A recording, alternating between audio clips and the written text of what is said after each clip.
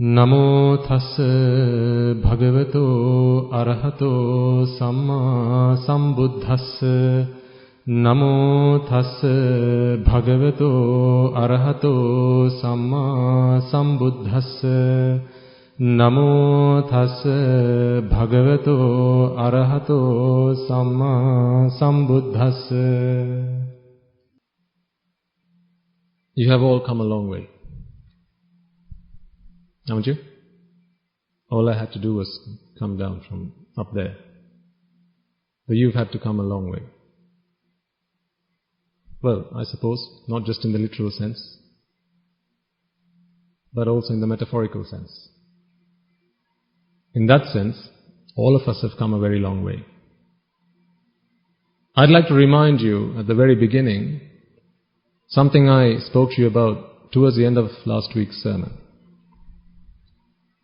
I can see some new faces, and you're all welcome. But I must remind you what our purpose is of coming along. This is not a get-together. We're not here to have fun. We're not here to party. We are here to achieve one purpose and one purpose alone. One goal, one ambition. That is all we are here to achieve. That is why I'm here, and that is why you should be here. I didn't ordain for the fun of it. I didn't ordain for the sake of it. There was one purpose, one goal, one ambition. This goal, this ambition was a dream a long time ago. For many countless births in samsara, this was a dream of mine, but that's all it ever was. A dream. A dream that was never going to come true. How do I rid myself of all suffering? How can I be happy? How can I find fulfillment in life and satisfaction in life? Where is it? Why is it so difficult to get hold of it? Why is it so elusive? Every time I think I'm there, it's gone. Every time you reach out, put your hand out to catch it, it's gone. Why is that? This is what we are here to understand. There are lots of things that you could have done on a Sunday afternoon. For those of you who are new, Sunday afternoons will usually be quite different to today, would it not? There'd be plenty of things if I asked you to write down a list of the things you could be doing right now. Instead of being here, I think you'd ask me for how many pages do you want in that book? You'd want a pretty hefty book to write that. There's lots of things we could be doing right now.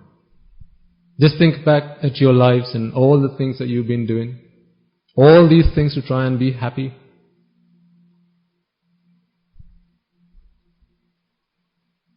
I'll come to that in a moment. But I want to remind you what I left you with last week. On one occasion, the Buddha addresses his monks. He says, "Monks, from the time that I resolved to become a Supreme Buddha, I have been fulfilling these perfections, the paramita. And the perfections are threefold. You will have heard of them: parami, upaparami, paramatta parami. And there's also another categorization: mano pranidhana, vachi pranidhana, kaya pranidhana. So this is how you fulfill those perfections. Initially you start with mano pranidhana, which is simply a mental resolve. I will do it. I will get it done someday when it happens. And then it turns into the vachi pranidhana. You express that verbally. You go looking for people that can help you with that. You go looking for teachers. Because remember, it was only until the Buddha sat down under the Bodhi tree, or the Bodhisattva Gautama, or rather Siddhartha sat down under the Bodhi tree, he realized, I'm not going to find a teacher to help me do this. There's no teacher that can help me do this. Even in his last birth, did he not go looking for teachers to help him do it? To help him find salvation? You've heard of Uddakarama Putta, Alara Kalama, right? Teachers that he went looking for. What's the science behind this? Give me something that I can use to get across this ocean of samsara. I'm suffering. I need help. Help me. Give me whatever you've got. And they gave him everything they got. Everything they got, he took, but nothing really helped him achieve what he wanted. So it was only under the Bodhi tree he realized, I'm never going to find a teacher to help me do this. So what happens if you go and find a teacher? What do you do then? You got to figure it out yourself. That one thing he realized, I have to figure out myself. If you and I could have figured it out ourselves, how many of us would be here right now? If any of us were able to figure it out ourselves, would we be here right now? No, we wouldn't be here right now. Like I said, this is not a get-together. We're not here for the fun of it. I'm not here for the fun of it. At our monastery, we do about 8 hours of meditation every day. And on a Sunday, I have to break my meditation halfway through to come down and do this sermon. So I'm not doing this for the fun of it. I'd much prefer to continue doing my meditation. Because the peacefulness, the calmness that I feel, the serenity I feel in my mind, I can't express in words. Because when I'm there, sat down with my eyes half shut, sat down in front of the Bodhisattva statue, taking occasional glances at him,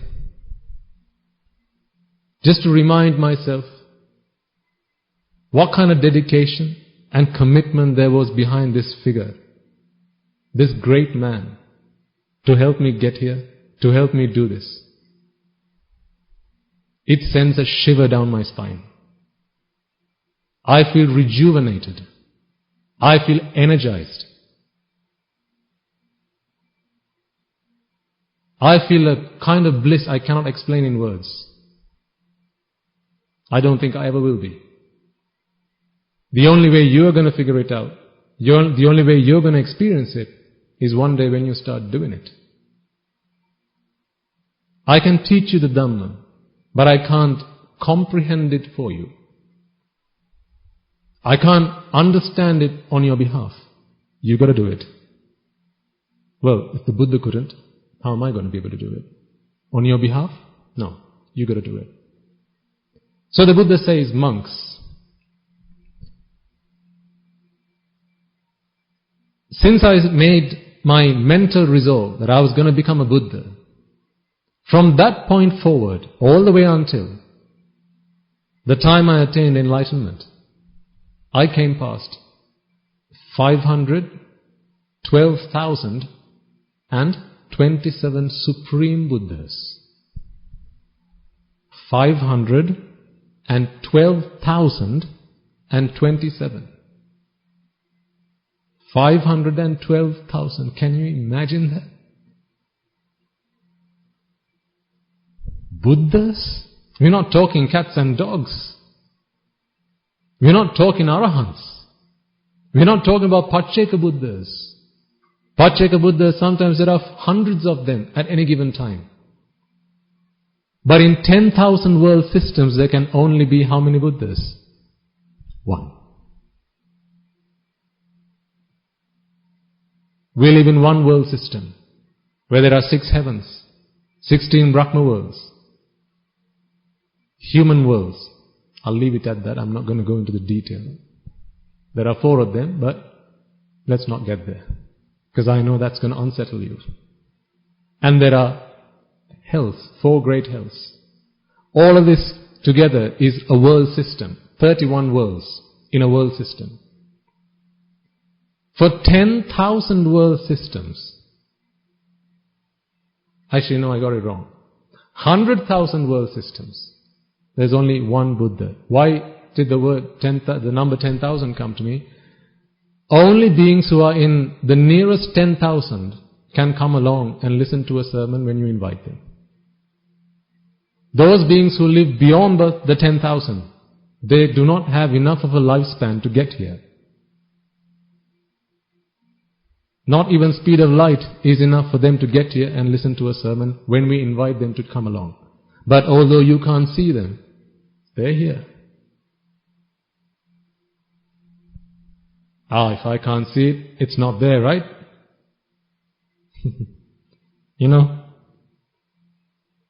that was me all along. But I digress. I'll come there in a moment. I want to complete what the Buddha said. The Buddha said, 512,027 Buddhas I came past. Those of you who know will know that there's a period of time, a measure of time called an eon. Kalpa. You'll have heard that word, right? An eon. In Sinhala it's called a kalpa. Once when a monk goes and asks the Buddha, Venerable Sir, how long is an eon? He says, I cannot give you a number. Because this is an incalculable eon we are talking about. That's what it says on the tin. Incalculable. Means you can't count it. You can't finish counting it. So he says, I shall try to give you an analogy. Or a metaphor even. Or perhaps a simile. Of what an eon is. And he says, if you were to build yourself a box, let's take a cuboid, length, breadth and height, 16 miles each way, 16 miles long, 16 miles wide and 16 miles in breadth. 16 miles, that's about 23 kilometers, if my math is correct. 23 kilometers. Imagine that. Just think about your commute from home. How long is that commute? How long does it take you? Now imagine that as the crow flies. 23 kilometers in one direction. 23 kilometers in the other direction. And then breadth. Length, breadth and width. Or height. Build yourself a cuboid and fill this up with what did he say? What seeds? Mustard seeds. How big is a mustard seed? Well, you know the answer. Fill this up with mustard seeds. And then, once every 100 years, a man comes along and removes one seed. Once every 100 years. Someone comes along and removes a seed. One mustard seed. Can you imagine the volume of this thing? 23 kilometers long, 23 kilometers wide, 23 kilometers in height. Filled with mustard seeds to the brim. One man comes along, removes one seed at a time, not every day, not every month, not every year, once every 100 years, once a century. The Buddha says, there will come a day when this box has been emptied of mustard seeds, but yet an incalculable eon has not yet elapsed.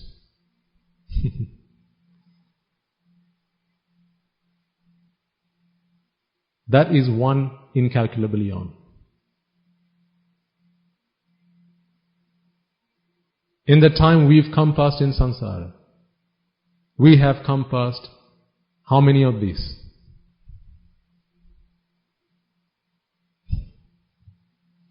Well, this is the metaphor the Buddha is about to give, which I'll explain to you now. You know, this is a Bhadrakalpa. In a Bhadrakalpa, there are 5 Buddhas come along in this one Kalpa. 5 Supreme Buddhas come into this world and they preach the Dhamma. The Dhamma which disappears after a while. He comes along and discovers it. Not invent, but discover. The truth. This is the truth. You can't destroy the truth. It's just there. Sometimes it's hidden away. You just have to discover it. So this is what Supreme Buddhas do. 5 Buddhas come along in a Bhadrakalpa and they render this service to all sentient beings. But I think if there's anything that's rare in this world, in all of the universe, that must be a Bhadrakalpa. I can't think of anything that's more rare than a Bhadrakalpa. A kalpa in which there are 5, we get to see the advent of 5 Supreme Buddhas. But most of the time that we come past in samsara are kalpas which are void of Buddhas. For every kalpa in which there is one Buddha, there's probably hundreds of thousands of kalpas where there are no Buddhas. Void of a Buddha. Hundreds of thousands of kalpas. No Buddha. For every kalpa there is one Buddha. I'm talking about the ratio. For every kalpa there is just one Buddha. Not talking about Bhadrakalpa. There is just one Buddha. There's probably hundreds of thousands of kalpas where there are no Buddhas. 70,000 on some occasions the Buddha says himself. For 70,000 eons there was no Buddha. So he says, from the time I started fulfilling these perfections, when I started to do it mentally, I came past 512,027 Buddhas. Can you imagine how long that must have been? If a kalpa is that long, and most of the kalpas are those that are void of Buddhas, and for every kalpa there is one Buddha, there are about hundreds of thousands of kalpas without a Buddha. Can you imagine how much time must he have come past to come past 512,027 Buddhas? Now here's the thing. When he's asked the question, how long did you fulfill these perfections? He thinks, 512,027 Buddhas. It takes him that long to come up with that answer. A flash of a second. Because we are talking about a Supreme Buddha, who is limitless in power, in supernatural power, in mental power, in psychic power. There's no limit to it. Infinite. How big is infinite? Oh, it's infinite. So he can look back as far as he wants. In the time it takes me to do this, he's looked back and he says, I have come past 512,000 Supreme Buddhas. Now you tell me, how many Buddhas might he have been able to look back in the time it takes me to do this? So twice. If this is how long it takes for him to look at the time he's come past, 505, let's keep it simple, 500,000 Buddhas. The time it takes me to do this twice, how many Buddhas?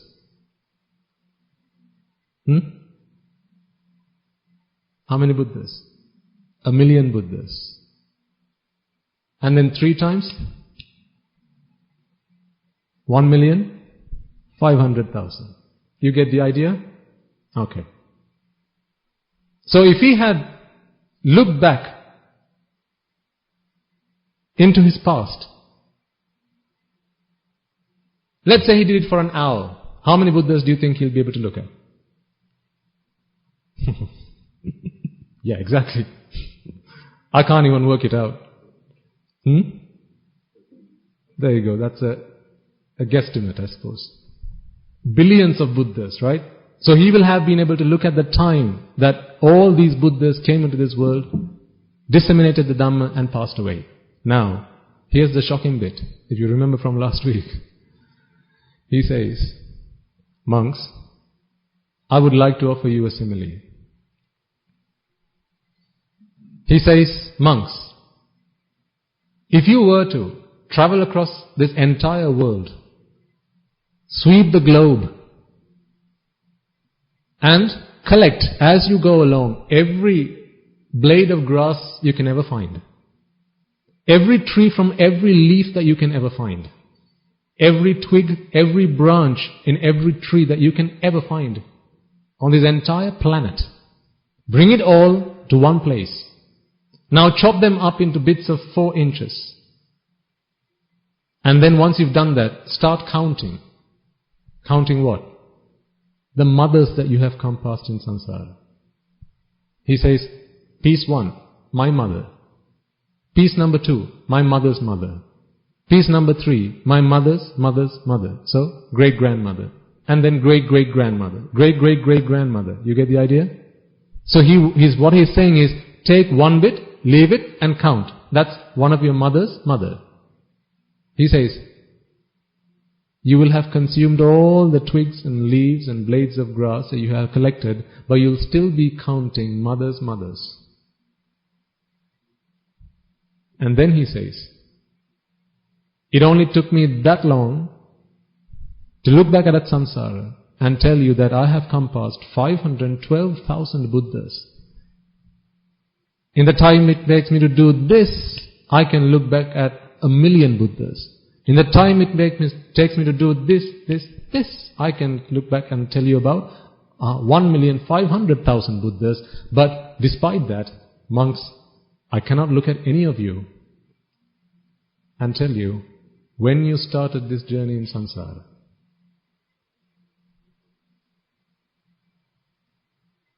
He says, I cannot see when you started this journey in samsara. Who's this saying? A Supreme Buddha. A Supreme Buddha saying, I, of all beings there is. This is not the great Elder Mugalan, who is chief among those with supernatural powers. This is not the great Elder Sariputta, who is chief among those bhikkhus with wisdom. This is neither of them speaking. It's the Supreme Buddha speaking. The great Elder Mugalan's supernatural powers is incomparable with the Buddha. Yes, he's chief, but this is the Buddha. There's nothing that can compare. He looks back at so far and says, I still cannot see when you started this journey in samsara. Does that not shock you? From head to toe?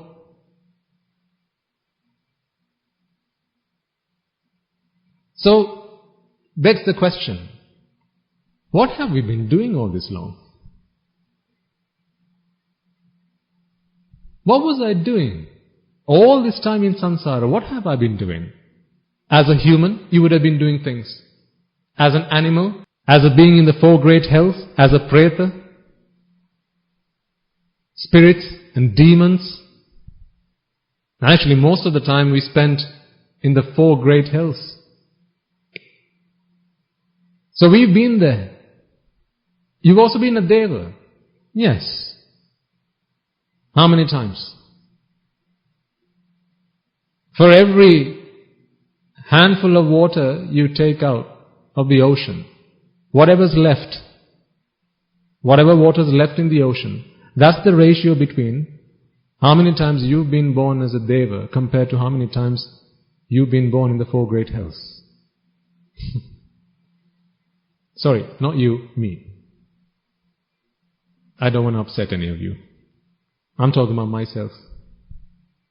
This is why I got on this stage, to give you a talk about myself.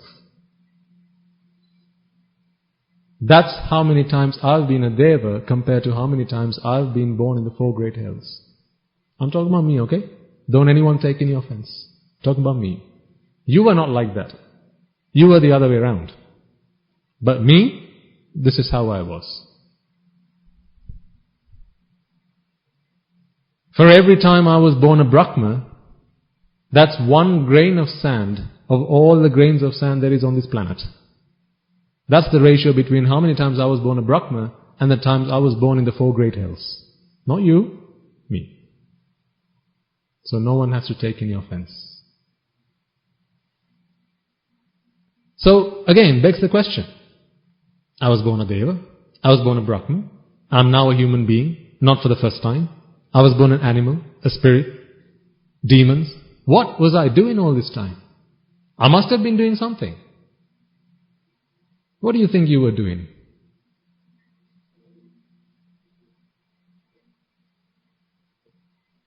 Not a lot different to what you're doing right now. Not very different to what you're doing right now. Not much different. It's the same old stuff. Different clothes. Different day. Same thing. It's like going to work. Different clothes. Different day. But same old stuff, right?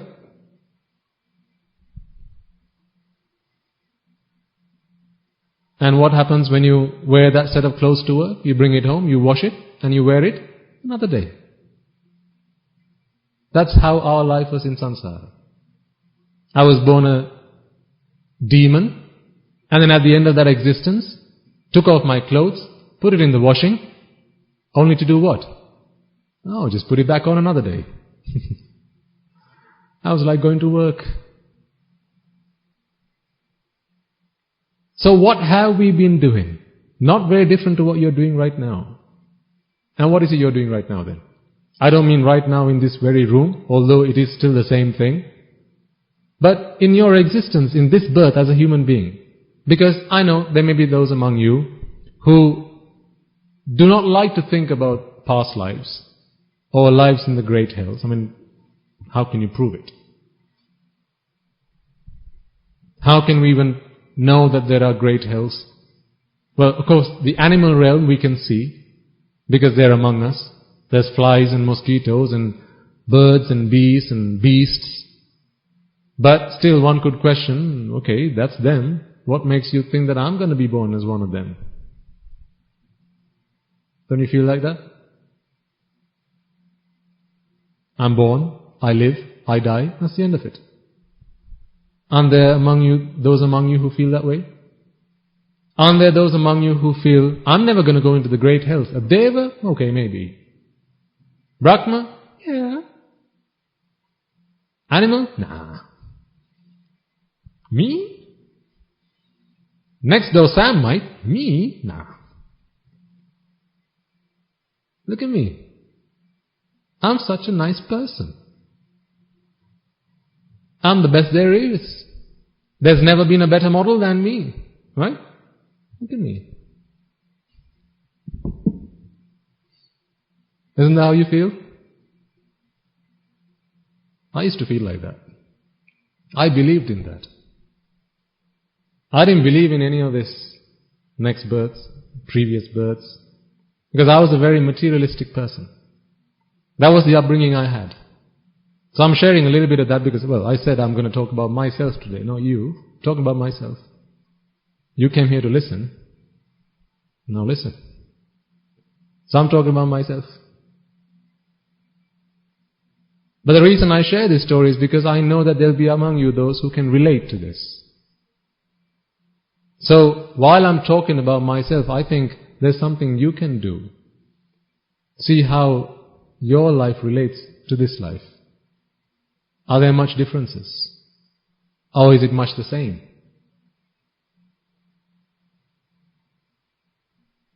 It's very fair for you to question, why did I ordain? And quite openly and honestly, I share this response with a lot of people. And I'll share it with you today as well. I ordained because I had problems. Issues. I had issues. What kind of issues did I have? Do you know what issues I had? I had money problems. I did. Money problems. Do you not have money problems? No? Oh wow, okay. You're well off. I had money problems.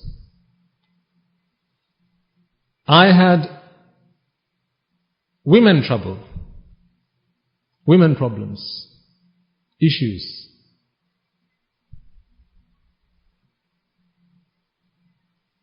This is why I ordained. I had food problems. This is why I ordained. And now you're thinking, yeah, I knew it.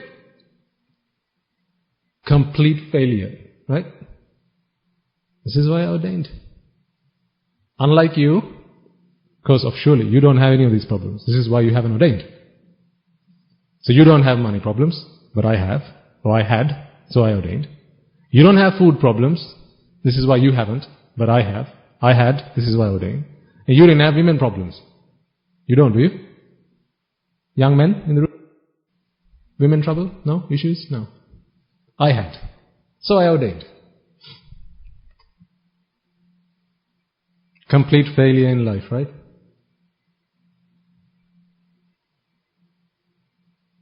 I'm a complete loser. With a big L across my forehead. Go on, do it. This is why I ordained. But much the same like you, ever since I came into this world, and because of the upbringing I had where I was taught to take life as it comes, only believe what you can see, only believe in what you can hear, only believe in what your senses can perceive. There's nothing beyond that. That was the upbringing that I had. And so, in the world that I could perceive, I tried to seek happiness. Is there anyone here who doesn't like to be happy? Anyone? I don't like to be happy. Anyone? Good. Is there anyone here who does anything in their lives to not be happy? Anyone? So would you agree with me then that everyone here, whatever you do to be happy in your life? Isn't that the purpose of our lives? To be happy? What about your family? Your mothers, fathers, the things that they did in their lives, including bringing you into this world. Why did they do it? Was it not for their happiness? Was it not? Why do you make friends? Why do you discard some friends? Don't like them. I no longer want to be your friend. Why? Is it not for the purpose of happiness? Why do you wake up in the morning? Is it not for happiness? Why? Because if you lay in bed all day, who's going to earn your living? You've got to go and do your job. Why do the job? Earn money. Why? Buy all the things that you like. Why? Why? Come on, speak up. Why? I'm not talking about things that I do on a day-to-day basis. I'm talking about the things that you do. So surely you should be able to answer. I'm imagining these are the things that you do on a day-to-day basis. So I'm asking you, why do you earn money? Why do you want to buy all the things that you like? To be what? Happy. So simple, right? To be happy. How long have you been trying to be happy? Here's my question. When did you start trying to be happy? Was it the day you started your job? Before that you didn't try to be happy? What about your previous job? Why did you take up your previous job? Was it not to be happy? Hang on then, why did you change jobs? You took up that previous job that you were in, your previous employment, to be happy. So why did you give that up and move on to another job? Again for happiness. Does that not say something about your previous employment? Okay, what about prior to employment? A lot of you will have been to university, like I did. Graduated, studied all sorts of things about the world, about yourself. For what purpose again? For what purpose? Happiness. And then prior to that, did we all go to school? Yes? Thankfully. So you all had a school education, or you still have one. Why? What purpose? Is it not happiness every single time? For every question I'm asking you, is it not the same answer?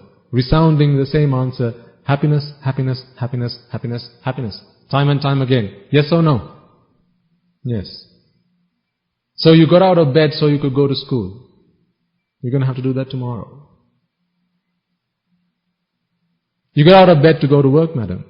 You're going to have to do that tomorrow. You got out of bed, sir, so you could go take a wash. Get a shower. Why? What happens if you don't take a shower? Well, not just you, but people around you are also going to lose their happiness. So again, for happiness, you go take a shower. Why do you run to the toilet when you feel the urge? Not for happiness? What happens when you relieve yourself of that pain? Is the end result not happiness? Why do you go to the doctor when you're ill? Why do you take a paracetamol when you got a headache? Why do you grow plants in your garden? Is it not for happiness? Why do you play games? Why do you play sport? Why do you like Angry Birds so much? Is it not for happiness? Why do you watch so much television? Why do you like reading the newspaper? Why do you like visiting your friends? Why do you like baking cakes and cooking all types of new recipes at home? Do you realize that every time you look to your left, every time you look to your right, every time you look up or down, you're looking for happiness? Do you realize that every time you breathe in, you're looking for happiness? I'll prove it to you. How? Hold your breath for 10 seconds. Now hold it for another 10. And another 10. Why did you start breathing again? What did you want? Happiness. When you're asleep at night, why do you roll in bed? What are you looking for? Happiness. You're sat down on this chair right now. After a while you're going to start to shuffle yourself. When you sat down, you thought this was the best posture for me. But then after a while you started to shuffle yourself. Left bum, right bum, right? What for? Happiness. Do you realize then? From brushing your teeth, combing your hair, waking up in the morning, going to the toilet, getting back into bed at night, covering yourself up with a duvet, going to work, eating, sleeping, drinking, making babies, all these things you've been doing in your life was for one purpose and one purpose alone. Agree or not? Any doubts? Any suspicions? Any objections? Okay. I was much the same. So we're all seeking happiness in life. But when I ask you, when did you start looking for happiness? You tell me, from the moment I came into this world. What are you doing right now? What are you looking for right now? Happiness. So how many years have you been looking for happiness now? Well, you know the answer. That many years, you've all been looking for happiness. How many more years are you going to be looking for happiness? Give me at what age are you going to stop looking for happiness? You go, right, that's it, okay, found it. No more looking for happiness. Well, if you can't look into your future, let's look at your grandparents for a moment. If your grandparents are still alive, or let's say your parents, what do they do every day? Much the same things that you do. For what? Happiness. Of course, they might today have retired. Because although they want to work in the pursuit of happiness, their employment doesn't want to keep them there. So what do? They kick them out. You can't come find happiness here. Get lost. Go and find your own happiness, they said. And your grandparents? And your great-grandparents? So, if your parents didn't find happiness by the age of 70, what are the chances of you finding it by the age of 70? This is why you're always looking.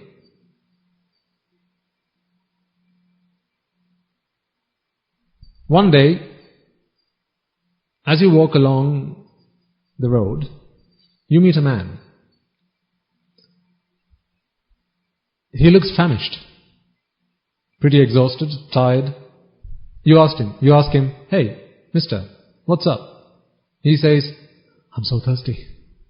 I need a drink of water. I'm so thirsty. And you say, oh, right, okay, don't worry. I came past this pool. There was a lot of water in there. If you just walk down this path, you're going to find it, and then you can drink as much water as you like. So you bid farewell, and you go on your journey.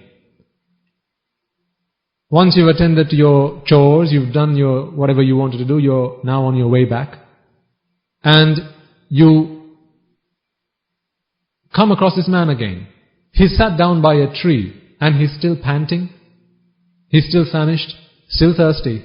You ask him, what's wrong? I'm still looking for that water you said I was going to find. Tell me. He's still looking for water, right? He's still looking for water. Why? Because he's found it? Is that why he's still looking? Is that why every step he takes he's still looking for water? Is that because he's found it? No. You meet another man. You ask him, hey mister, what's up? He says, I've got a dream. I want to be a millionaire. And you say, oh, good on you. Good luck, mate. I want to be a millionaire. Right, good luck. So you ask him, how are you going along on your ambition? How is it coming along? He says, well, I'm about a quarter of the way there. Why don't you meet me in a year's time and we can chat and see how we're doing? So you can't wait another year. You follow up the next month. You go and meet him. Hey, how's it going? Did you achieve your million? Are you now a millionaire? You ask him, what do you want to be? Well, the first day he met you, he said he wanted to be a millionaire. You asked him today, again he's saying, I want to be a millionaire. Does that not tell you he's not found his million yet? He's not made his million yet. Does that not tell you that? Does it not tell you that? You follow up again another 6 months later. He's about a third of the way there. And you ask him, how's it going? What's your ambition? He says, I want to be a millionaire. Is he saying he still wants to be a millionaire because he's a millionaire? Or is he still trying to be one? He's still trying to be one. When is the day you ask him the question, what is your ambition? And he does not respond, I want to be a millionaire. What day is that? Absolutely, sir. The day he becomes a millionaire. So, you met the first man walking along the street. He said, I'm still thirsty. He's still thirsty because he said he's still looking for water. He's still looking for water because he hasn't found water. The second man you met said, I want to be a millionaire. He still wants to be a millionaire 6 months later because he still hasn't become a millionaire. I asked you the question, what is your purpose in life? You tell me. You want to be happy. What does that tell you?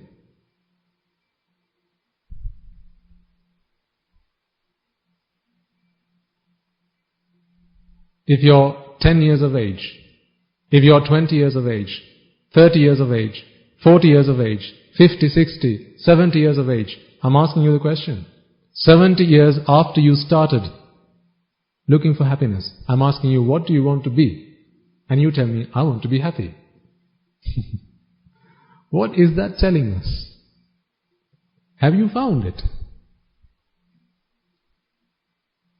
Have you found it? Isn't that why you're still looking? The day you find it, will you still be looking? Ask an Arahant, Venerable Sir, what is your ambition in life? He says, what? I have no ambitions. Ask the Buddha, Venerable Sir, what is your ambition in life? What does he say? I have no ambition. When can a man say, I have no ambition? When he has achieved everything he wants to achieve. What is everything you want to achieve? As we just went through, your life, your day-to-day life. Wake up in the morning, go to bed, go to sleep, go to work, go to school, cook, eat, make children, get married, have a girlfriend, have a boyfriend, have a chat with a friend. All these things you say to be happy. So your ambition in life every day, every waking moment is to be happy. When are you going to stop answering that question with, my ambition is to be happy? When do you think you're going to give me that answer? The day you are happy. So why are you not giving me that answer right now? Why when I ask you what is your purpose, you tell me, I want to be happy? Tomorrow do you not want to be happy? Let's keep it simple. Okay, it's 4:45 now. At 5 o'clock, what do you want to be? What do you want to be at 5 o'clock? What about 7 o'clock tonight? What do you want to be? 12 midnight, what do you want to be? And how about tomorrow then? What about next week? What about next year when you plan that trip to Singapore? Why do you want to go there? To be happy. Why are you still trying to be happy? What does that tell you? Have you found it? After 70 years? After 60 years? After 50 years of looking for happiness, have you found it? 40, 30, 20, whatever age you are, have you found it? Isn't that why you're still looking? I was much the same. All my life I looked for happiness. I did a lot of the things that you have done already, and a lot of the things that you are planning on doing in the future. There are young people here who I know have lots of hopes, dreams and ambitions and goals. Well, I did too.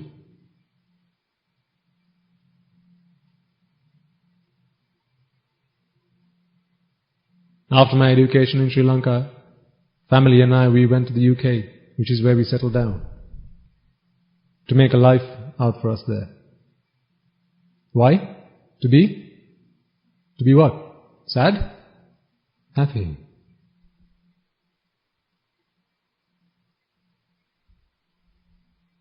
After college, I started working. I started working in banking. To be happy, because a job in a bank makes you what? What does a job in a bank make you? Yeah, whatever. Happy, right? That's what they said.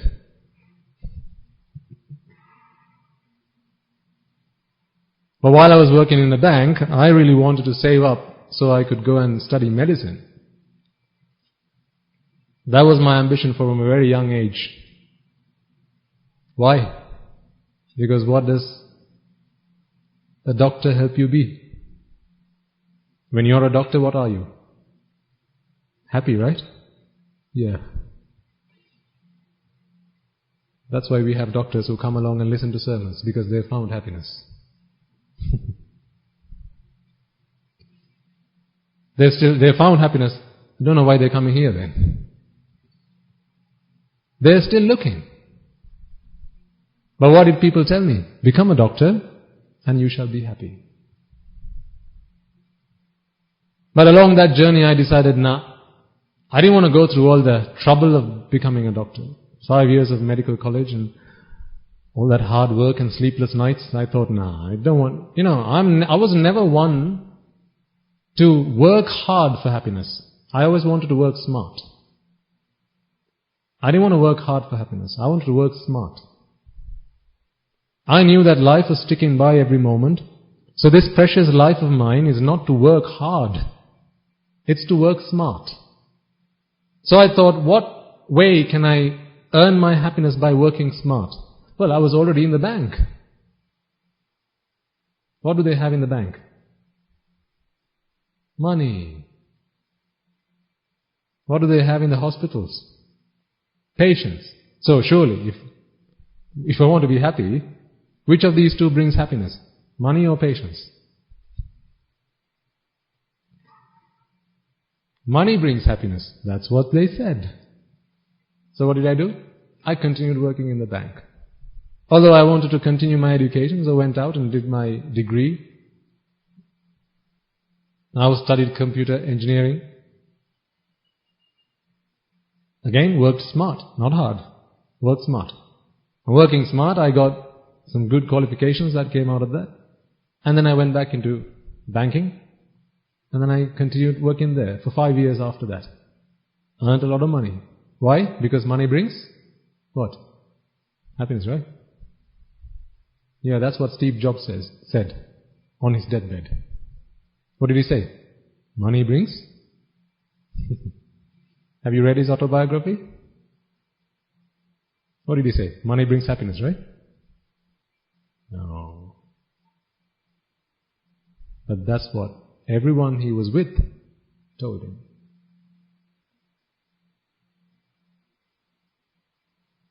And that's what everyone I associated told me. So I started to earn my millions. I wanted to be a millionaire.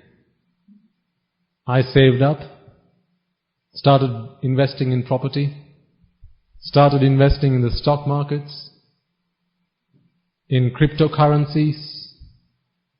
That was the trend then. I made a lot of money out of it, I must admit. Not I, but the person before I ordained. That person made a lot of money out of it. Now I don't have any money.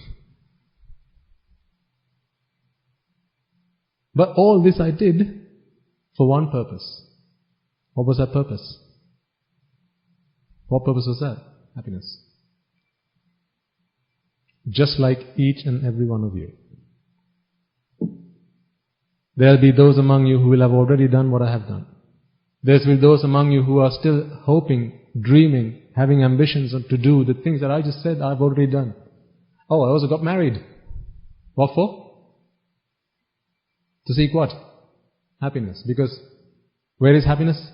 In marriage. Well, those who are married will know.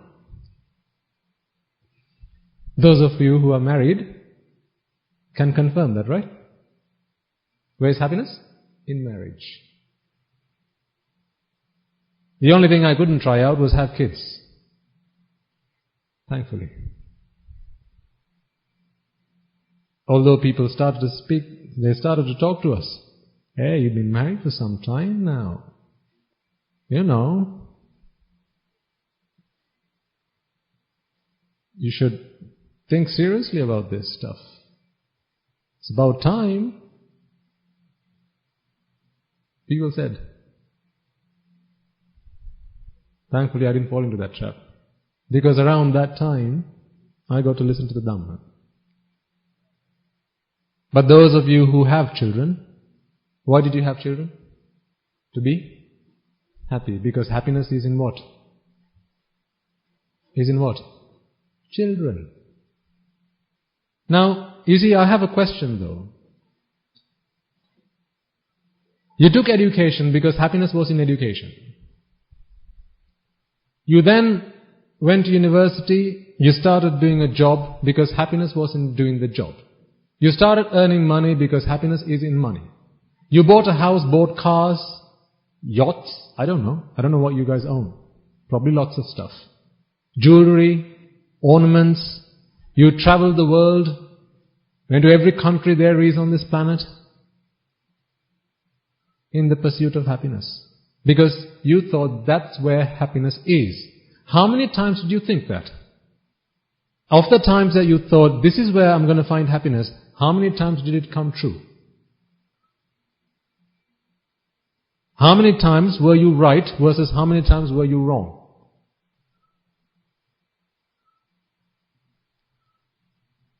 Because if you were right the first time, which was happiness is in education, or happiness is in money, you wouldn't have bothered with all the other stuff that you've done, would you? If happiness is in money, then why do you have to travel the world? You've got money, right? Happy. You've got kids. That's it. We don't need to do anything else. Happy now.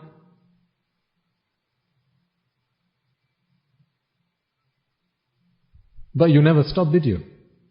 Time after time after time, you tried out. You just kept trying.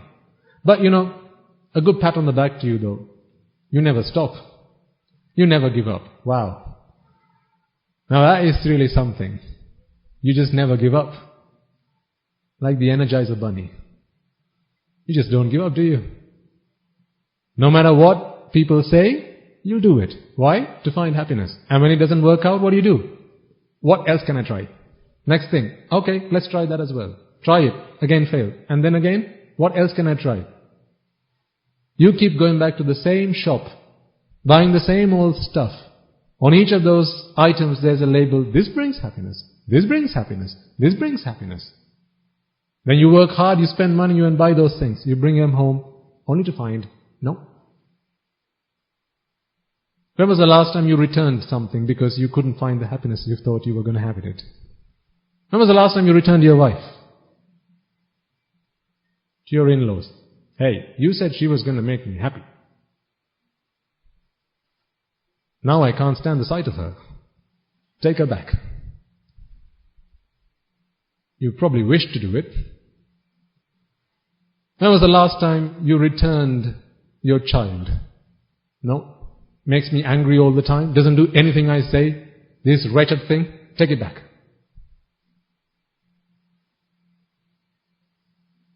The thing is, you signed the terms of the contract, which said, no returns.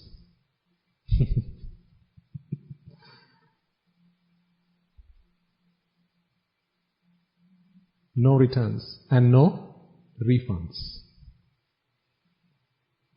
You spent 20, 30, 40, 50, 60 years of your life. 60 years of precious life trying to find happiness. You have still not found it. How much longer are you going to keep trying?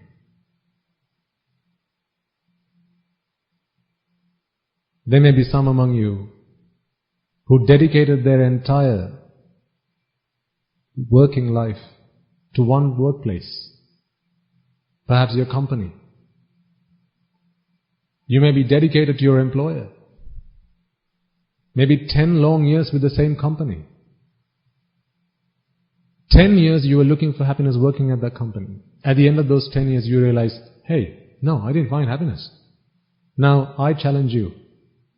Go back to your employer, the guy who hired you, and say, hey mister, you said I was going to be happy in this job.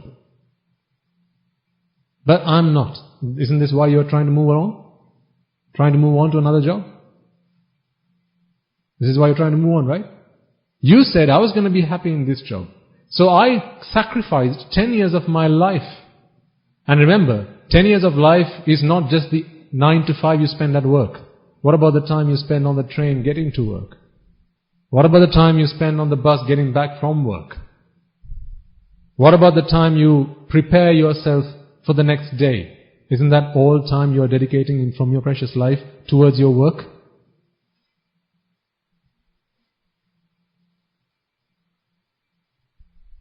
I'm not saying any of this is wrong or don't do it. I want you to think. Particularly because we have some new faces here today, young people. I want you all to think, ladies and gentlemen. I'm not talking really deep, profound stuff today, although we'll touch some of it towards the end. But I want you all to think. Think about where it all went wrong. Have you just been dancing to someone else's beat? The world said jump. You said, how high should I jump?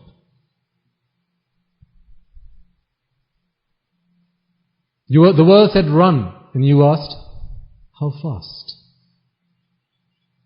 The world said go. You said, how far? The world said dance. You said, which one?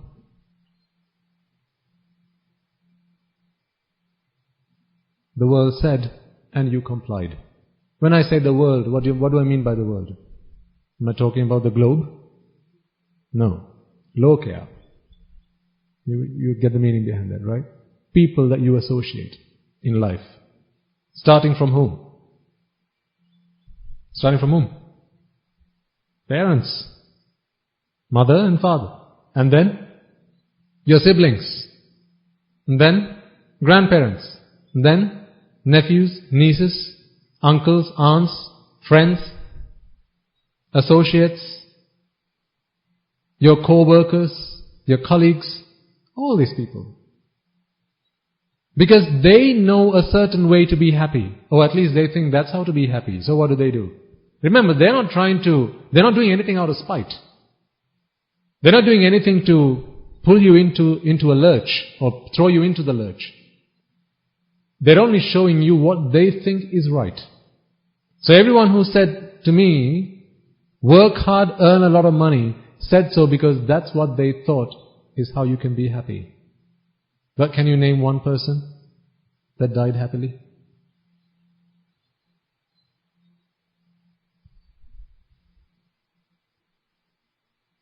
Is he still not wanting to be happy? Someone dies at 3:47. At 3:46, what's he wanting to be? Happy. Good heavens. Who dies happily? Only one who doesn't have an ambition dies happily. Because for as long as you have an ambition, you still want to make it happen. You have a goal, you have a dream. By the way, I'm not saying don't have goals, don't have dreams, because that would be so negative, wouldn't it? You might wonder, why are you addressing a young audience and saying, don't have dreams, don't have goals, don't have ambitions? That's not what I'm saying.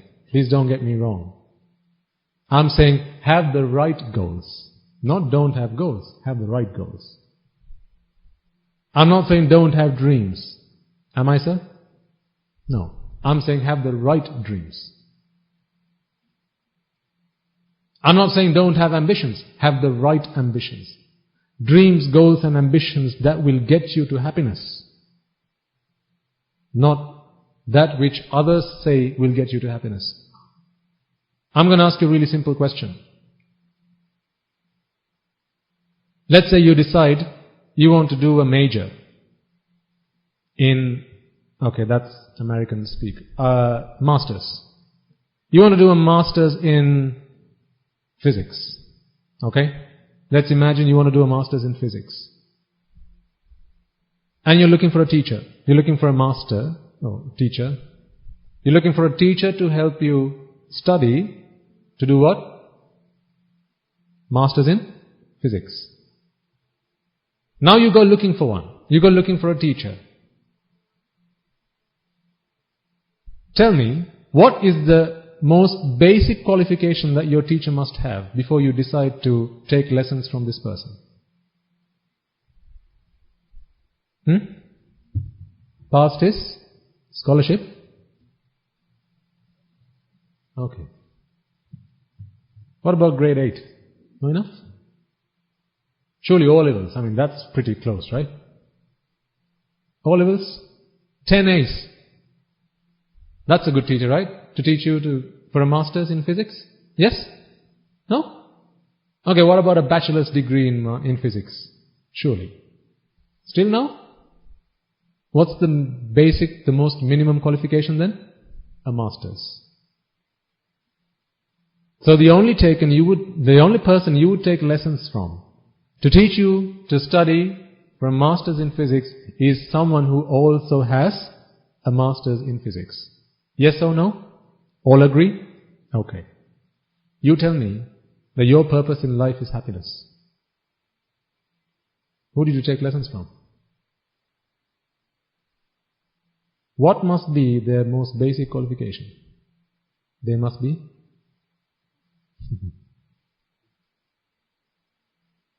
Did you check their qualification before you took lessons from them?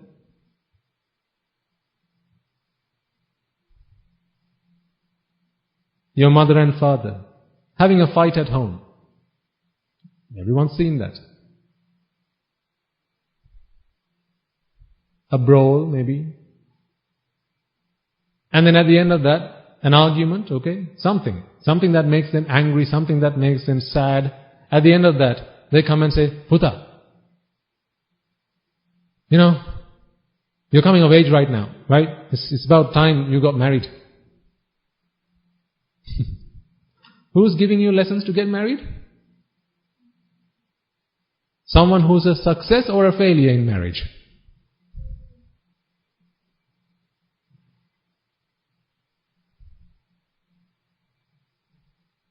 Think. Who have we all been taking lessons from all along in our lives? You wouldn't go and take lessons from a person or a teacher who hasn't got a master's in physics if a master's is what you want to do. For something as simple, something so minuscule, something so infinitesimal as a physics degree, you would only consider taking lessons from a person who has a master's in physics. And yet, this project that you call life, This project that you call life, who did you go taking lessons from? People who failed every single time. Which project has the greatest failure rate?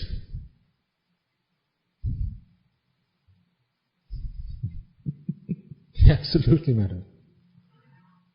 You know the answer. There's one project that has failed every single time. And alas, it doesn't stop another project manager coming along and taking up the same project, doing exactly the same things that people prior to him previously have done. Taking lessons learned? Oh no. What does PMP say? Take lessons learned. What does Prince 2 say? Take lessons learned. But do you take lessons learned? No. Every project management principle there is says, take lessons learned. Don't make the same mistakes your predecessors did. But what did you do? You took lessons every time from someone who failed the project of life. There's this one project whose failure rate is 100%. And yet, you accept the risk.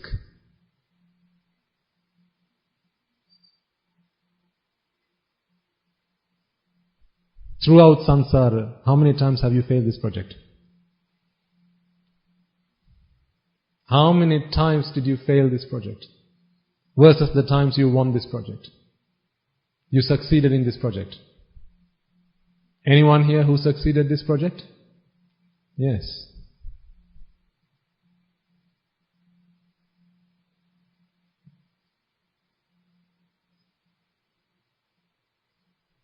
Anyone else? No. Not yet. Me? Not yet. Here? Not yet. Those monks at the back? Not yet. You?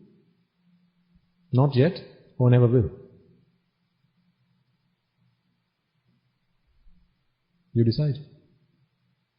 Not yet is okay. Never will? Shocking. This is where you went wrong. Ignorance was the only thing that people fed into your minds. Do this, it's going to make you happy. Do that, it's going to make you happy.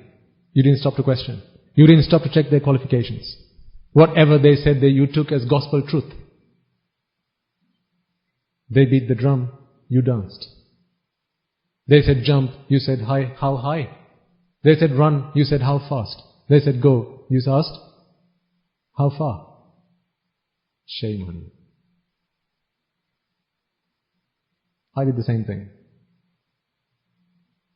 So what is happiness then? If happiness is not what people say it is, and if happiness is clearly not what people say it is, because you've done pretty much a lot of things that people have said is what you ought to do to be happy, haven't you not already? Those of you who are of middle age by now, have you not already done a lot of the things that people have said? This is what you ought to do to be happy. Anyone here who's homeless? Anyone here who can't feed themselves 3 square meals a day? Anyone here who can't send their children to school? Anyone here who has no potential to get married if they wanted to? Whatever you've tried so far, you're still wanting to do something else. Does that not tell you you've still not found happiness? So then, what is happiness? That's a really simple question, right? Or is it? All our lives we've been looking for this one thing, but you know where it went wrong? You didn't stop to ask, what is happiness? You asked, how do I do it? You asked, where do I find it? You asked, who can show it to me? But you were like the sheep behind a shepherd. Don't look for a shepherd.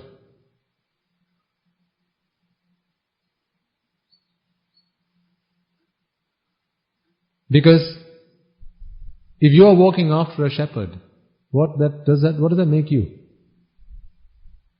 If there's a shepherd standing in front of you with a stick in his hand and he's saying "Jah, Jah," what does that make you?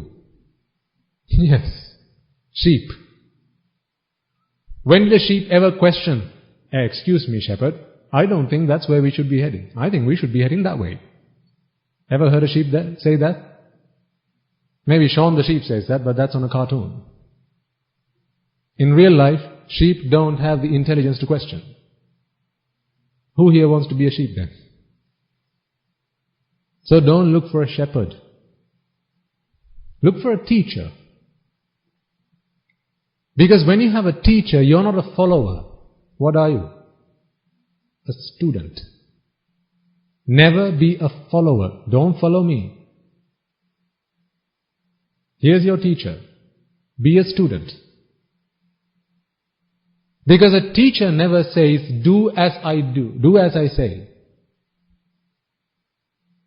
A teacher says, "Listen to me, analyze what I'm saying, see if it makes sense to you, apply it into your lives, come up with some conclusions. Now decide for yourself." That's a teacher. Can you not ask questions of a teacher? When you're in the presence of a teacher, can you not ask questions? Of course you can. But if it's a shepherd standing in front of you and you're a sheep, can you ask questions? No. Now you just do as you're told. I did as I was told, ladies and gentlemen, for 30 long years of my life. I did as I was told. 30 years, I failed that project. But the rest of it, I know how to make it right. So what is happiness then?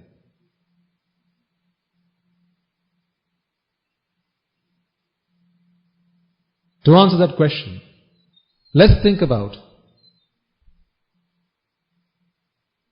what are some of the things that make us unhappy? What are some of the things that take away our happiness? You can name some, come on. What are some of the things that take away your happiness?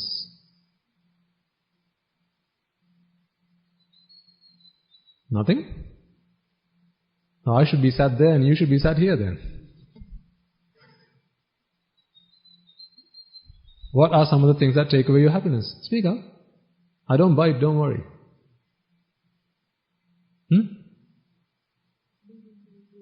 Yes. Losing things you own. Does that not make you all unhappy? Yes. What else? What about not only things but people? Yes. Things and people.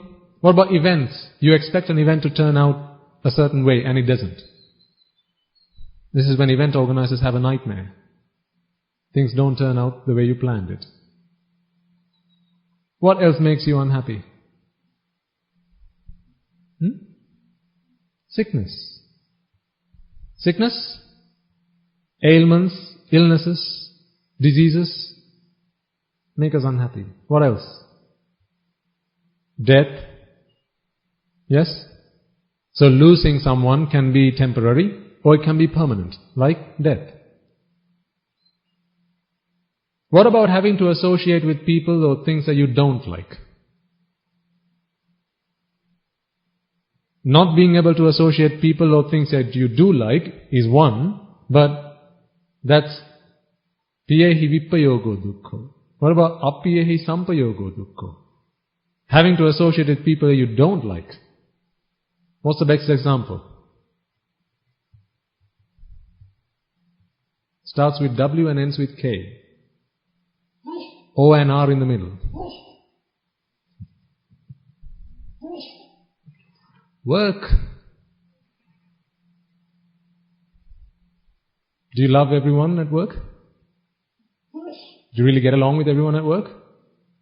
But do you have a choice? No. Oh, actually, there's a better example. Starts with F and ends with Y. Family. You don't get along with everyone. Is that a secret?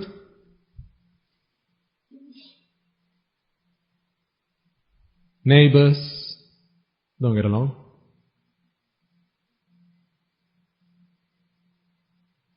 So this is all suffering. Now, I have a question for you.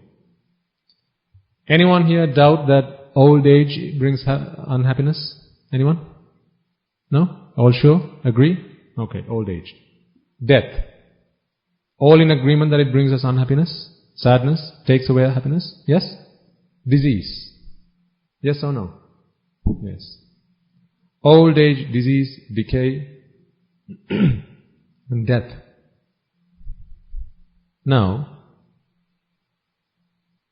the Buddha speaks of suffering, does he not? 4 Noble Truths. You will have heard this countless times, more times than there are hairs on your head.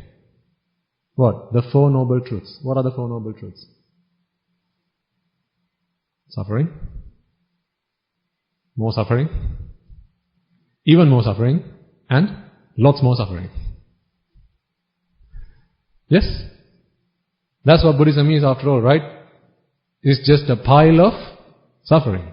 Suffering, suffering, suffering, suffering, suffering, suffering. Did he really not have anything better to do than just talk about suffering? A lot of other religions, they talk about being happy. They talk about joy. Joy in the heavens. Happiness in the heavens. But the crux of Buddhism is all about suffering. When the core of most other religions is about what? Happiness. But the core of Buddhism is what? Suffering. You picked the wrong what? You wanted to be happy, and you have picked a religion whose crux, the center, the middle, that most fundamental philosophy is about what? Suffering. How do you think you're going to be happy then? You picked the wrong class. You came to the wrong school. You've heard of the Buddha in his first discourse say what? Jati Pacchaya, Jara, Marana, Shoka, Parideva, Dukkha. Oh my God. On and on and on and on about what? Just suffering and suffering and suffering and suffering. Is that not exhausting? So much suffering. Why can't we be happy for once? Let's talk about happiness. So you all agree, death, or rather disease, decay. Most of you will probably think, no, birth, that's surely happiness. Birth is happiness, right? Being born is happy, right?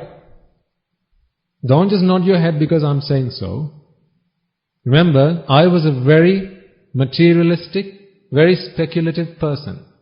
I didn't take anything for granted, and I don't want you to take it either. Just because it's a Swami Nuhanse preaching a sermon. I say the Buddha was great, and you go, yeah, the Buddha was great. You don't know the first thing about the Buddha. I say life is all suffering. You go, yep, has to be. But what do you want to do tomorrow? Live life. Why? Be happy. So why did you nod your head then? This is why I say, don't take anything I say, not one word, because I'm a monk, because there's a statue of the Buddha on my right hand side, because there are other monks here, because you are in a monastery, you are in the presence of the Sangha, because you are clad in white, because it's the right thing to do, because you shouldn't argue with the monk, it's not right, it's wrong. You have to agree every time a monk says something. You're never going to attain Nibbana that way. You're never going to seek happiness that way, because this is what you did with everyone else that came and tried to teach you happiness. You didn't question. You did what? Yep. Absolutely spot on. That's what I have to do as well. That's where you went wrong. So don't do the same thing again. Death, disease, decay. Let's leave birth to aside for a moment. Death, disease, decay.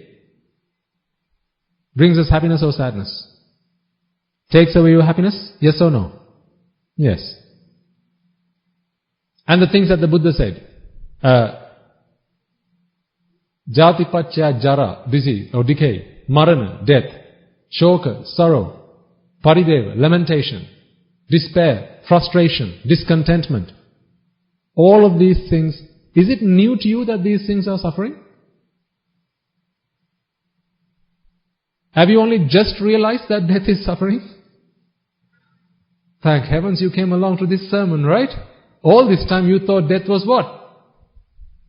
So good and joyful. And all of a sudden you've just learned, no, death is suffering. Oh. Have you only just realized that?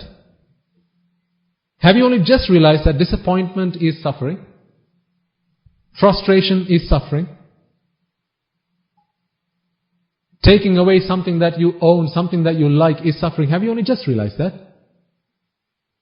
There's a baby in a cot. It's got a rattle in its hand. You pull it. What's it going to do? Cry. Why? Because the baby has understood the Four Noble Truths. Right? You go to a funeral. It's your neighbor. He's a Christian. Mother's died. The poor guy's crying, his eyes out. He's realized that death is suffering because he's realized what? The Four Noble Truths, hasn't he?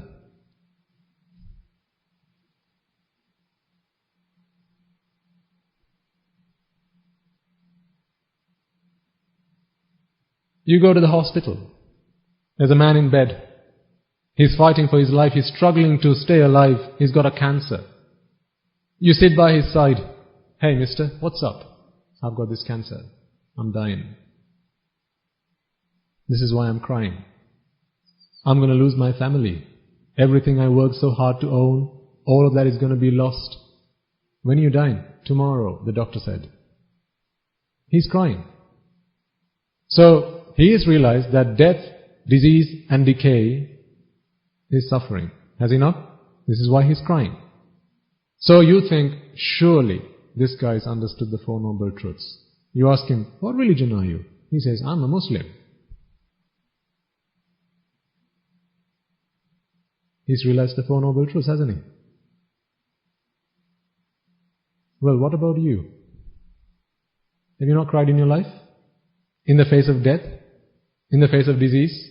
In the face of decay? In the face of losing something that you own and you like? Someone's stolen it? When you lost your girlfriend, when your girlfriend gave you the boot, how did you feel? Yay! Is that how you felt?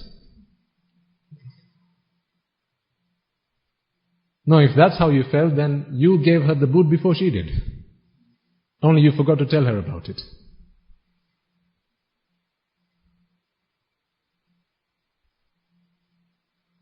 There will be those among you who will have lost your parents by now. You're never going to see them again. Did you not cry? Did you not weep for days on? Why? Because you understood the Four Noble Truths. Yes?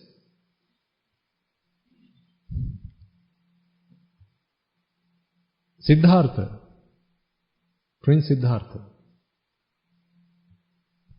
when he took that journey with Channa, his minister, on the chariot, going round the kingdom, he saw some things, didn't he? What were some of the things he saw? He saw what? An old man, a sick man, a dead man, and an ascetic. Put the ascetics to aside. He saw the other three, didn't he? And then what did he do? He asked Channa, what's going on here? Doesn't make sense. Channa says, old man, sir. Sick man, sir. Dead man, sir. What do you mean, old man, sick man, dead man? Channa must have asked, what do you mean, what do you mean? This is what's going to happen to you. This is going to happen to me? Yep. It's going to happen to you. To me? A prince who is destined to own half this land? Half this country? I am destined for this? Do you not think that would have been the conversation between them because they were so close? Surely you're kidding me, right? Anyone who lives with their parents know that parents age. No matter what they do in terms of cosmetics to beautify themselves, surely, at least a grey hair. And someone who is as intelligent, so witty, so clever, like Prince Siddhartha would have gone and asked, "Father, what's that hair on your head? Why is it a different color to every other hair?" Would he not have asked such a question? Of course he would have asked. The point being, when he saw these three sights, did that not shock him? Did he not feel fear?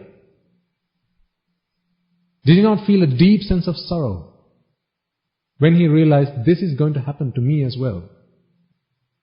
Did that bring him happiness or sadness? Did that not take away his happiness? That's because he had realized the Four Noble Truths, right? Think before you answer. I'm talking about who? Prince Siddhartha, not the Buddha. Is that because he had realized the Four Noble Truths?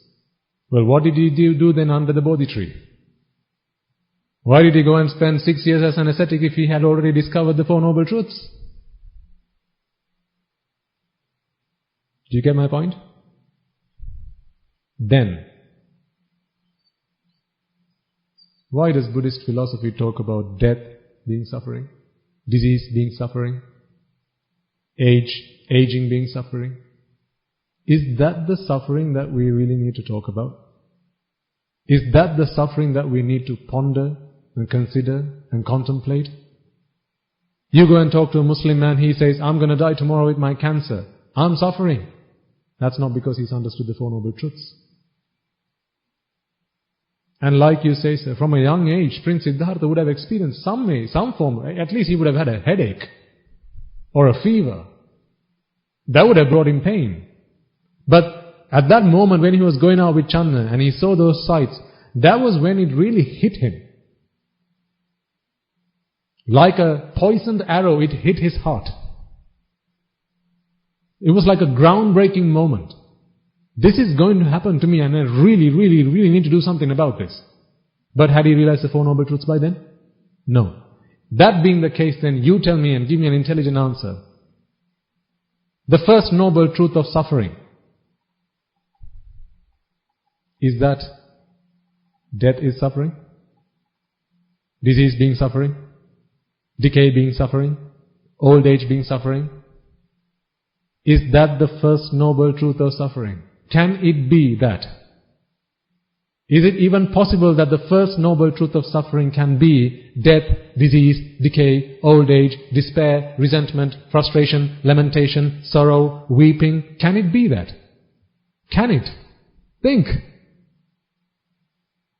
Can it ever be that? No.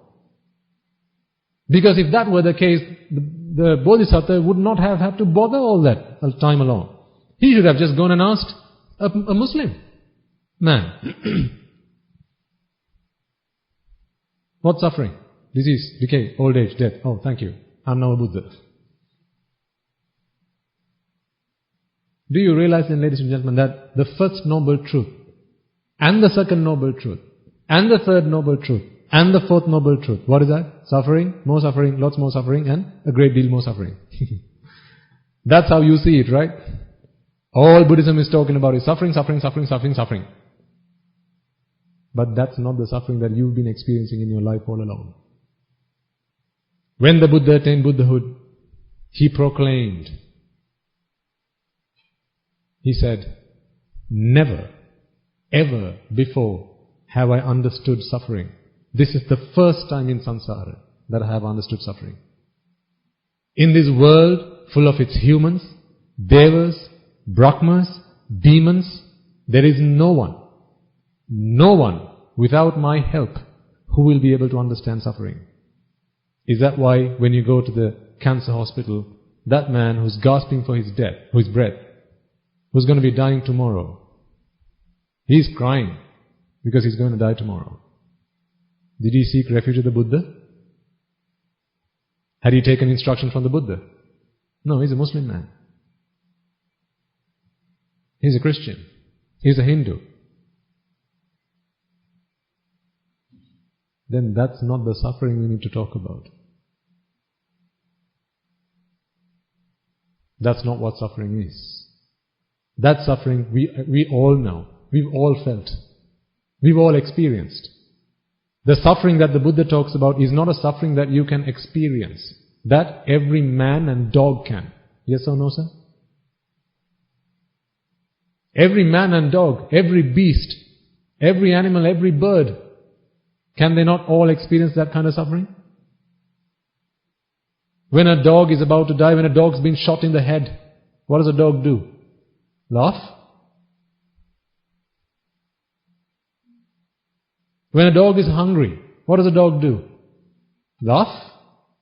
No, it's crying in the language that it knows, which is barking, but it's crying. So why does a dog cry when its litter, when its puppies have been stolen from it? A female dog, why does it cry? Because it's understood the Four Noble Truths.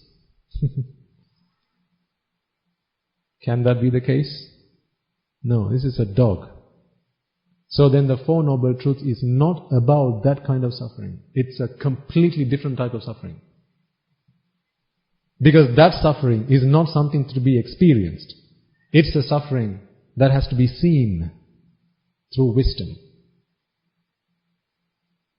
through intellect, through intelligence. As you know, wisdom is the best term for that. Prajna. Prajna asa. You have to see, not experience suffering. You will have to experience suffering if you don't see suffering. If you have seen suffering, you will be able to stop the experience of suffering. I will give you an analogy to really help you understand this. Our regular listeners will have heard me say this before.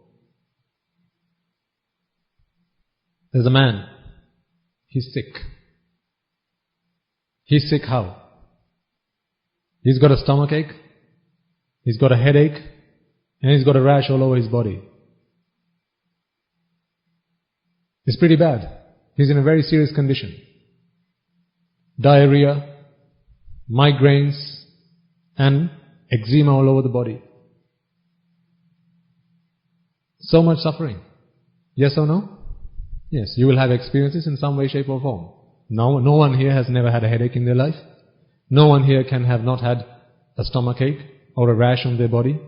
Each of us have gone through this experience. So there's a man who's suffering. He's crying. He's weeping. A friend comes along and asks him, "Hey, what's up?" He says, "Look at me. I really can't bear this pain. I've got a really griping stomachache and a splitting headache.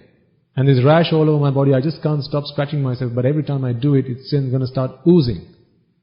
I'm in such a state. I can't bear this pain that I'm in right now."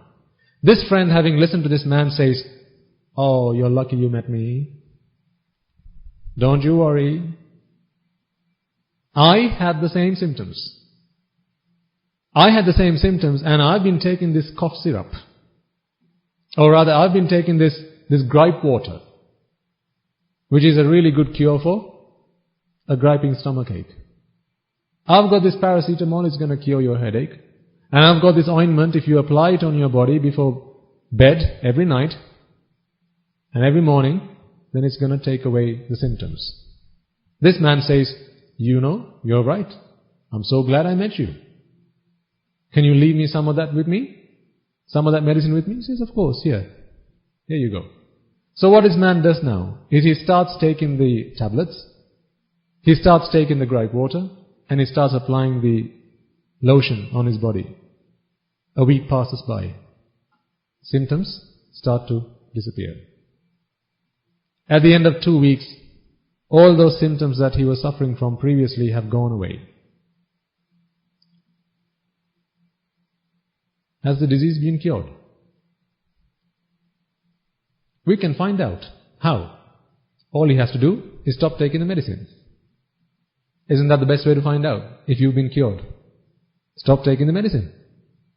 So he decides to find out if he has been cured. He stops taking the medicine. No more gripe water, no more paracetamol, and no more ointment. 2 days pass by. What happens to the symptoms? They come back. Sure as hell, they come back. The headache's back, the stomachache is back, and the rash is coming back all again. So then tell me, when he took those medicines, did he cure the disease, or did he only just address the symptoms? Just the symptoms. The friend that came along and suggested that he take these medicines did so because that's all he knows. He had the same symptoms, and he took the same medicines, the same pills, the same drugs. And he's been treating his symptoms all along. What he forgot to say is, don't stop taking them. Ever since I started taking them, I've been taking them every day. If you stop it, they're going to resurface. That he forgot to say. So now these symptoms have come back again. Again he's in bed, but he's taking the pills. And this time round another friend comes along and asks him, "Hey mister, why are you taking these pills every day? On your bedside, every time I come along, you've got medicines. What's the problem?" And then he says, "Well, I've got this headache, I've got this stomachache, and I've got this rash all over my body. The reason you can't see it is because I'm under medication. I'm taking these drugs." He says, "How long have you been taking them?" "Well, ever since I met my old friend." "For how long do you have to take them?" "For how long?" "Forever.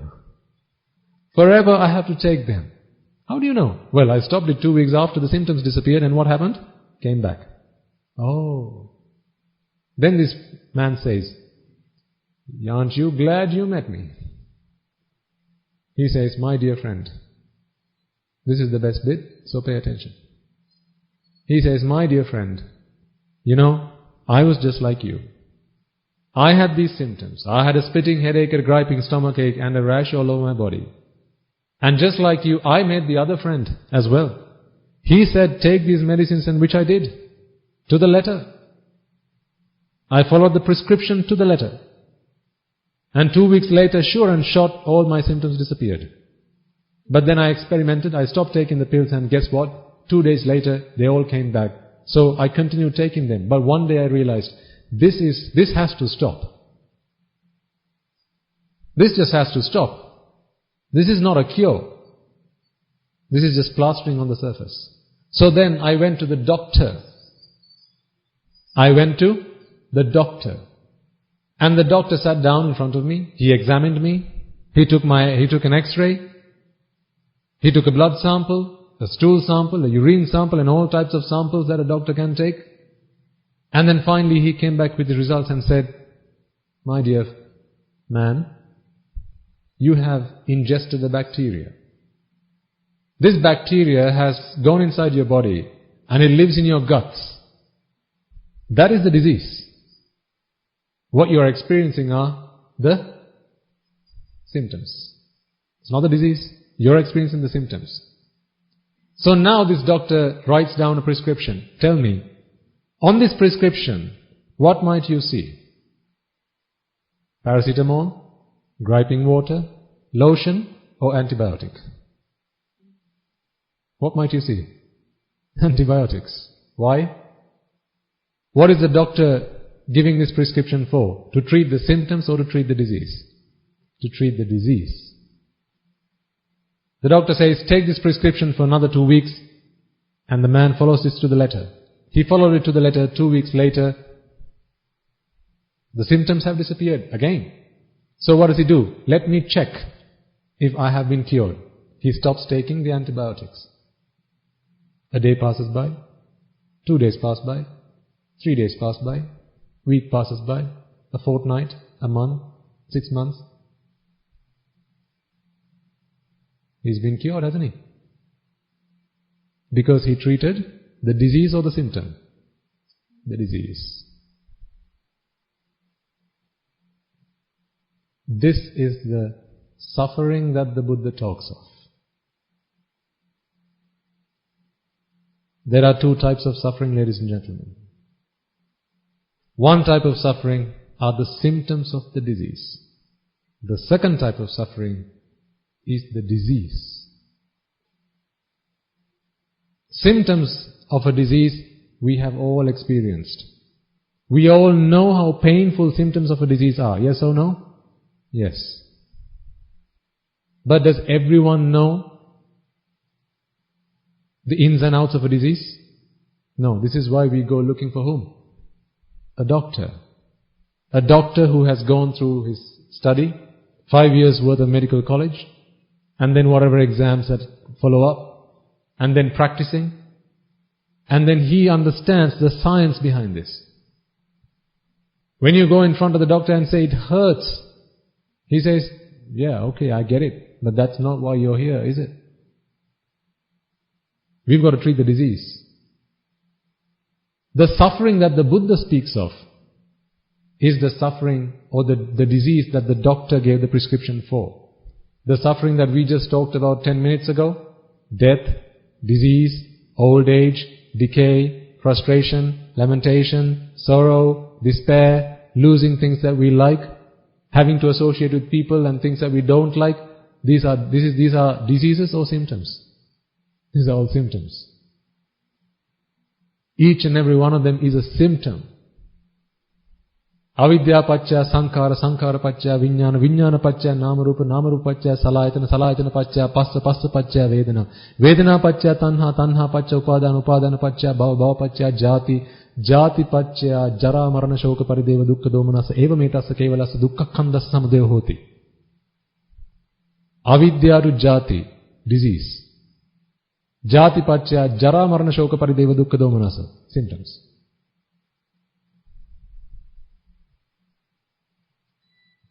Did you get it?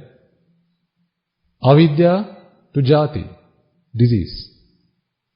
Jati pacca jara marana shoka parideva dukkha domanasa eva metassa kevalassa dukkha khandassa samudayo hoti, symptoms. Tell me, all your life, 20, 30, 40, 50, 60, 70 years, which one of these two have you been treating? Disease or symptom? How long did that man have to continue? Does that man have to continue taking the paracetamol tablets? For? Ever. How long does this man have to take this griping water? How long has he got to apply that lotion on his body? For? Ever. What happens if he stops taking them? Symptoms resurface. Now go back to the hospital, cancer hospital, man on bed, struggling for his life. Doctor has said, death tomorrow. Is he suffering from the disease? Is he complaining about the disease or the symptom? Is he complaining about the disease or the symptom? Symptom. Why? Jati pacca, jara, marana, shoka, parideva. Jara is disease or decay. Marana, death. What's he complaining about? Death. Death is what? Disease or symptom? Symptom. He's complaining about the symptoms. What about next door guy who said he was a Christian? He's crying his eyes out because he's lost his mother. What's he crying about? Disease or the symptom? Every time in your life so far, every time you shed tears, every time you got angry, every time you wept, did you cry because of the disease or the symptoms?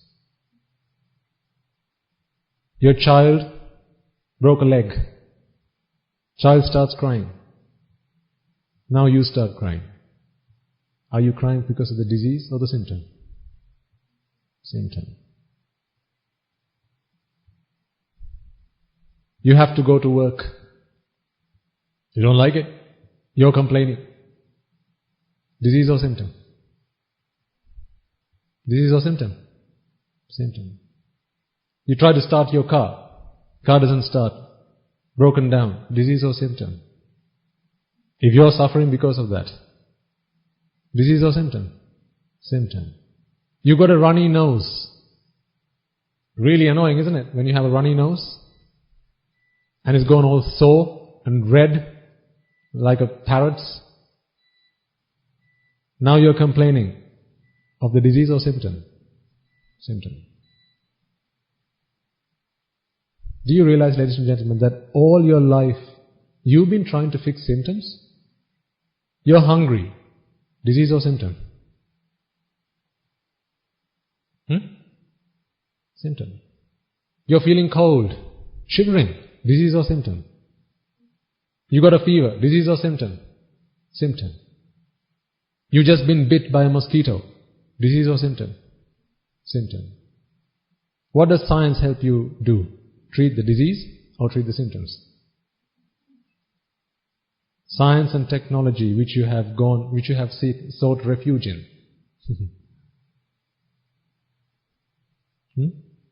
What does it help you treat? The disease or the symptom? Symptom. Why did you go to school? To learn to treat what? The disease or the symptom? The symptoms. Why did you go to university? Do you realize where this is going?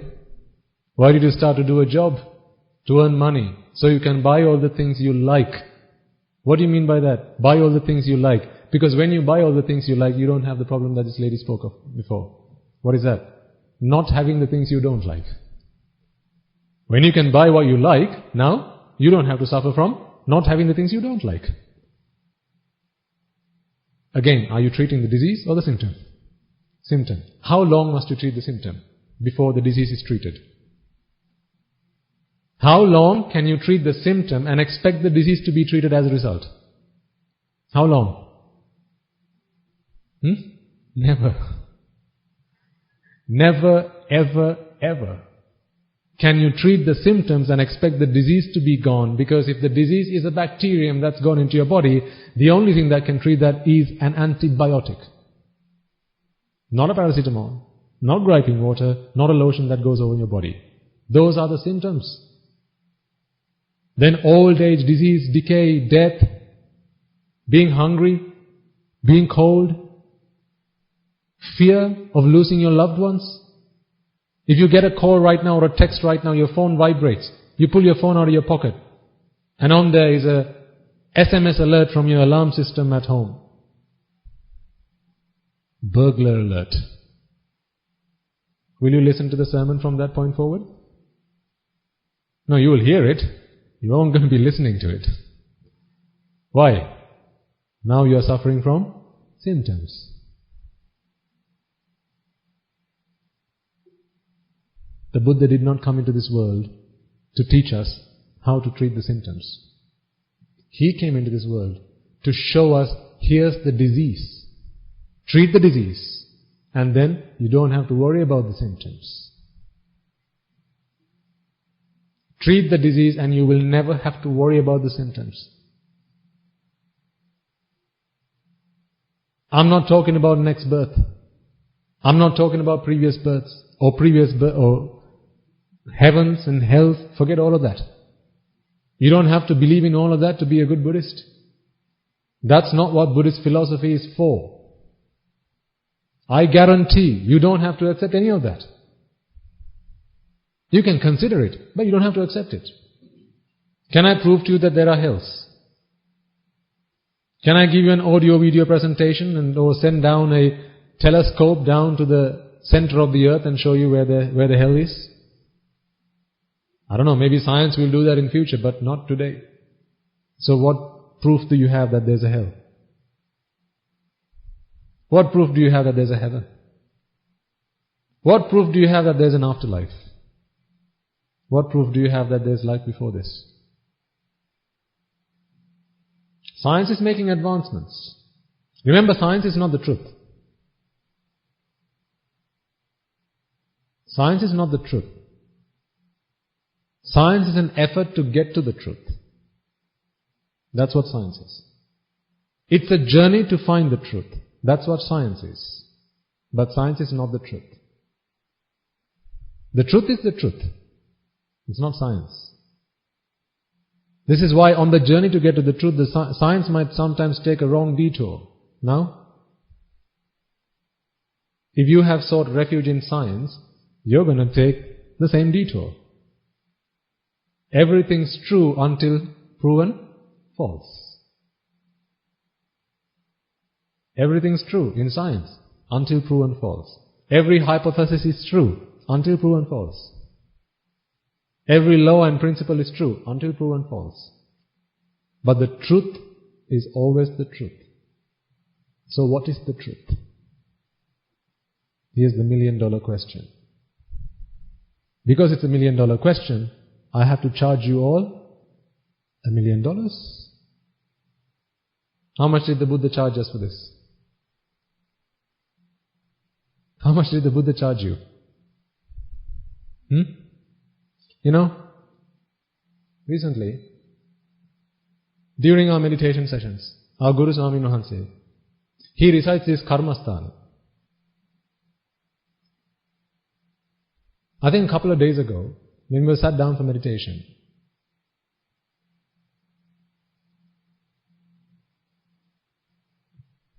he started to give us this karmasthana.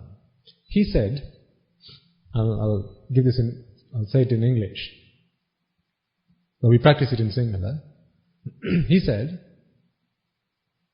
monks, think for a moment about your Shastra Nuhanse, your master, the Buddha. He asked us, when did the Buddha ever say, come to me walking on red hot embers and I'm going to give you the path to salvation? When did the Buddha say, walk on fire and I will give you the path to salvation? When did the Buddha say, whip yourself with sticks and I will give you the path to salvation? When did the Buddha say that? When did the Buddha say, come and worship me? Come on ye all, worship me and I shall give you the path to salvation? When did the Buddha say that? When did the Buddha ever say, bring me food, bring me medicines, bring me clothes, make me shelter, and I will give you the path to salvation? Knowing fully well that no one can understand this. No one can discover this without his help. Remember, this is the Buddha. He knows that there cannot be another being in 100,000 world systems that has understood this without my instruction. He knows this fully well. And yet, when did he ever say, come worship me, come crawling to me, come beg at my feet, and if I decide to do so, I will give you the truth? When did he ever say that? Has the Buddha ever asked you to do that? Beat yourself up? Practice asceticism? Practice rites and rituals like a dog? Practice rites and rituals like a cow? Has the Buddha ever said that? Did he ever say, go and torture your body and I will give you the path to salvation? Did the Buddha ever say that? No. But, so this is what Guru Swami Nuhanse said in his Karmasthana. And he was saying, think about the greatness of your teacher, of your master, of the Buddha. How when he realized he's the only one that has the key. You can make copies of this key, yes, but I'm the one who's got the key. You have to come to me to take a copy. Once you've taken a copy, you can then take another copy. But the master key is with me. Knowing fully well that that is the case, he never asked any of us to torture our bodies or go through any of that pain. That's what Guru Swami Nuhanse said. I listened to that. Here's what came to my mind. In a lot of other religions, you do have to practice that. You do have to stick hooks onto your body. Painful. You do have to slice your tongue. You have to prick yourself. Take a sesame seed and pull out every hair in your body. You have to walk on fire. You have to starve yourself. You have to go hungry, you have to go thirsty. You have to stand on one leg. You have to stand on your head. in lots of other religions. And then it dawned on me, even in Buddhist philosophy, even in Buddhist teaching, you have to do that. You still have to do that. One still has to walk on fire. One still has to take a sesame seed and pull every hair out of their body. Even in Buddhist philosophy. To understand the Buddhist philosophy. To understand the Four Noble Truths. One has to starve himself. One has to stand on one leg. Not for a month, for many months on. The only difference is, in other religions, they expect you to do that.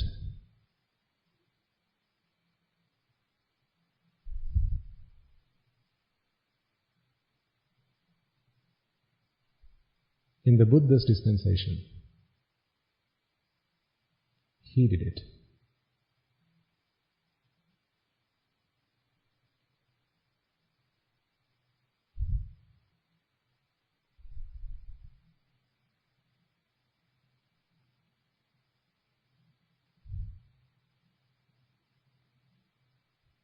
He walked on fire.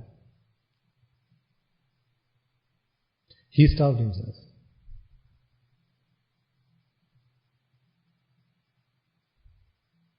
He stood on one leg. He endured extreme asceticism. Using a sesame seed, he pulled out every hair out of his body. He cut his limbs off and gave them away. He pulled his eyes out and gave them away. He cut his ears off and gave them away. He beheaded himself.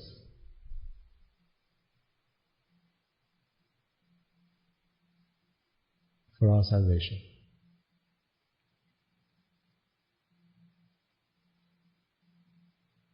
To give you the path to liberation. In other religions, you have to do that. In Buddhist philosophy, it's the master that does that to himself.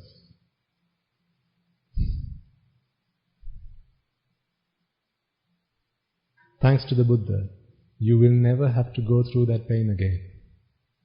Countless are the times where you've sought refuge in other teachings, gone after other religious teachers. I'm not saying there's anything wrong with any of that. But the day you seek refuge in the Buddha, you can put a stop to undergoing physical torture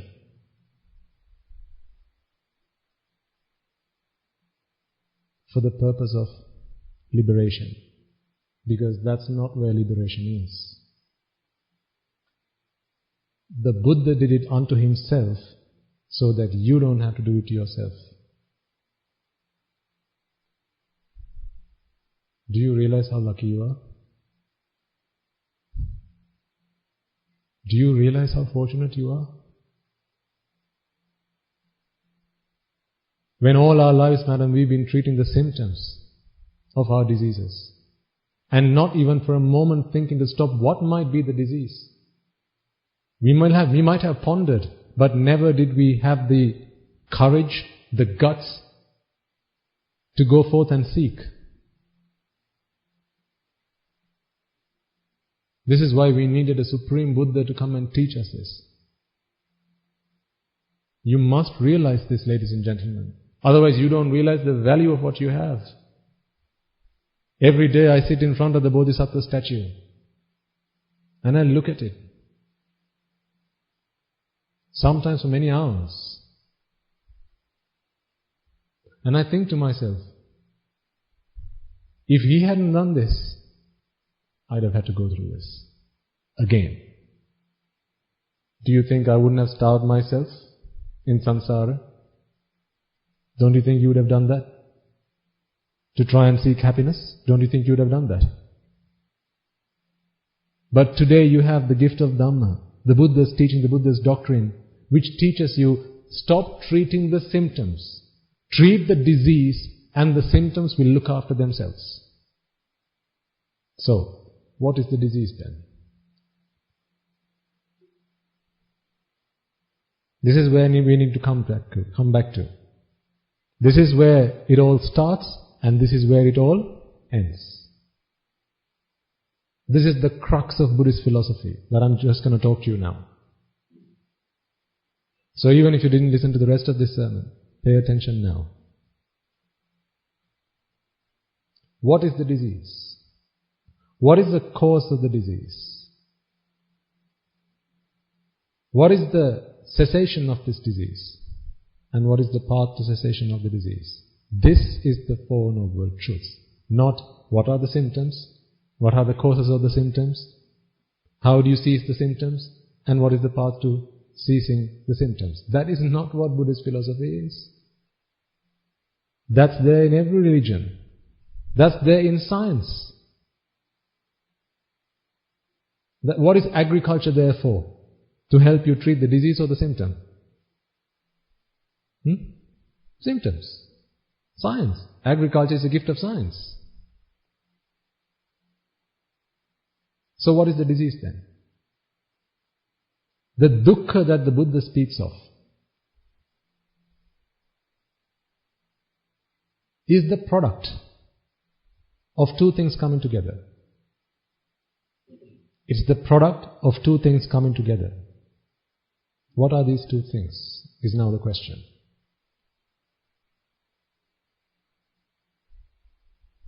The world that we all live in. When I speak of the world, how do we know we live in a world? Actually, how do we know we live in a world? Is it not because you can see stuff happening? You can hear things, you can smell, you can taste, and you can touch. Isn't that how you know that there's a world out there? If I were to take away your 5 faculties, would you know about a world? No. So this is how you know that there's a world out there. The nature of the world, ladies and gentlemen, is that it's conditioned. What is it? What is it? Conditioned. Why? Because I say so, right? No. Let's see if it is really conditioned. I told you, don't, not just because I say so. If you do that, I'm going to teach you something that's false. Just out of spite. No, I'm not going to do that. That would split my head in 7 if I were to sit on this seat. Having sought the Buddha's permission to preach his Dhamma. This is why I worship him before I sit down. I ask for his permission. For me to sit down here and give you anything that is not in accordance with the Buddha's teaching would split my head in 7. So I'm not going to do that, don't worry. But pay attention. This world is conditioned. Not because I say so. Actually, not even because the Buddha said so. Let's take a really simple example. Fire. How do you light a fire? A really, really simple example. How does one light a fire? You look to your left or your right and you go, fire. That's how you light a fire, right? No? How do you light a fire then? How do you light a fire, sir? A box of matches. What else do you need? What was that? Oxygen. What else do you need? Something flammable. You need a box of matches, you need something flammable, and you need oxygen. These are the 3 components that make a fire. Not looking to your left or looking to your right and going, let there be fire.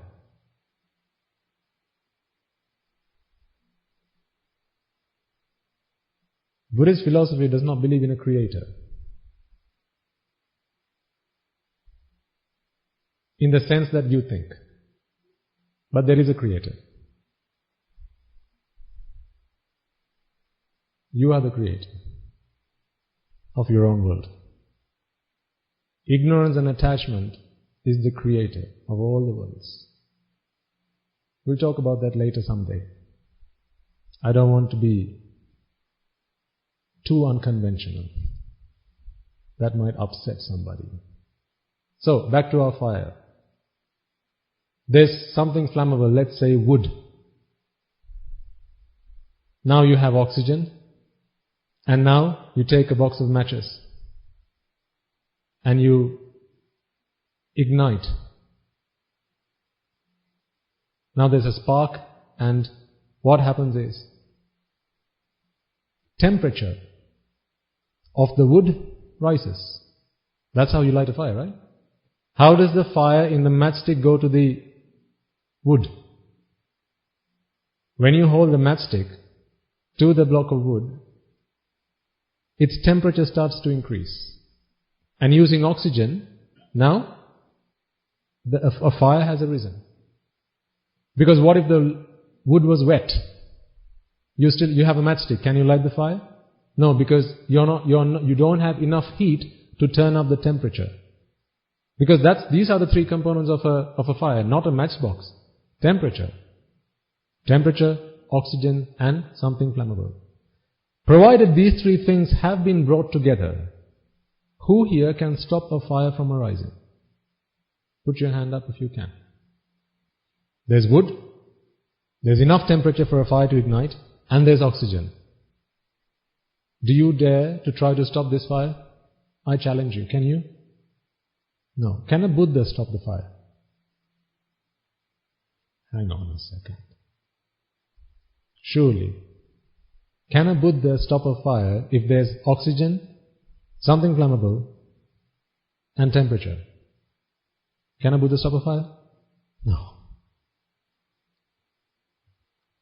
Because if that were the case, then this world would not be conditioned to a Buddha. If that were the case, you and I won't be here right now. Why? Because he would have changed the world, and you and I would have all become arahants. You can't change the world. We'll come back to that. So, fire again. These three components come together, a fire has arisen. Now, have you seen fires in blocks of flats? How when they go ablaze? Who likes a fire in a block of flats? Which of the residents in the block likes the fire? Does anyone like the fire? No. So if you don't like the fire, how do you put a fire out? You start chanting, don't you? No, pray to the gods, right? No? What do you do? If you don't like a fire, how would you put out a fire, Putta? Yes. You spray water. What does spraying water do? Yes. Reduces the temperature. Takes away the temperature. Now, the temperature has reduced, and the temperature is insufficient for a fire to be ablaze. Therefore, what happens to the fire? Extinguish. Now, I have a question for you. Did the fire arise because I wanted it to? Has the fire now been extinguished because I didn't want it to? Or because I wanted to extinguish it? Yes, you might have gone and chucked water at it. But if you hadn't thrown the water at it, just standing by and wishing for it to be extinguished, will the fire go out? No. So what does that say to us about a fire? Is it to our liking, or is it conditioned? It's conditioned. What does it mean then to say that something is conditioned? For as long as there are conditions, then you will get a result. For as long as conditions are in favor, you will be able to witness the result. Take a rainbow as another example. How does one see a rainbow? Who brought the rainbow and put it there? The leprechauns, did they? No. So how do we see a rainbow then? Yes, absolutely. When there are droplets of water in the atmosphere and you have sunlight that refract on these raindrops, now you see a rainbow. Can you look at a rainbow and wish for the rainbow to go away? Will it be gone? No. Well, if that were the case, you should be able to wish it for it to appear as well. But when there are causes, a rainbow will be seen. When there are no longer any causes, now there's no rainbow to be seen. So is a rainbow conditioned or unconditioned? Absolutely conditioned. Now, 2 examples. Third example. Your life. Ooh. Now we are talking. Your life. Are you alive because you like to be?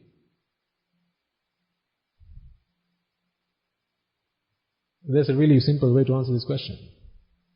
Did your mother and father die because they didn't want to be alive?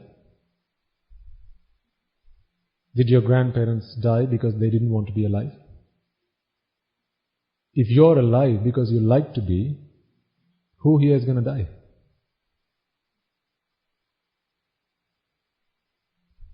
Is your child alive because you like it or he or she to be alive? Is your husband alive because you like him to be alive? Is your wife alive because you like her to be alive? I know lots of husbands who don't like their wives to be alive.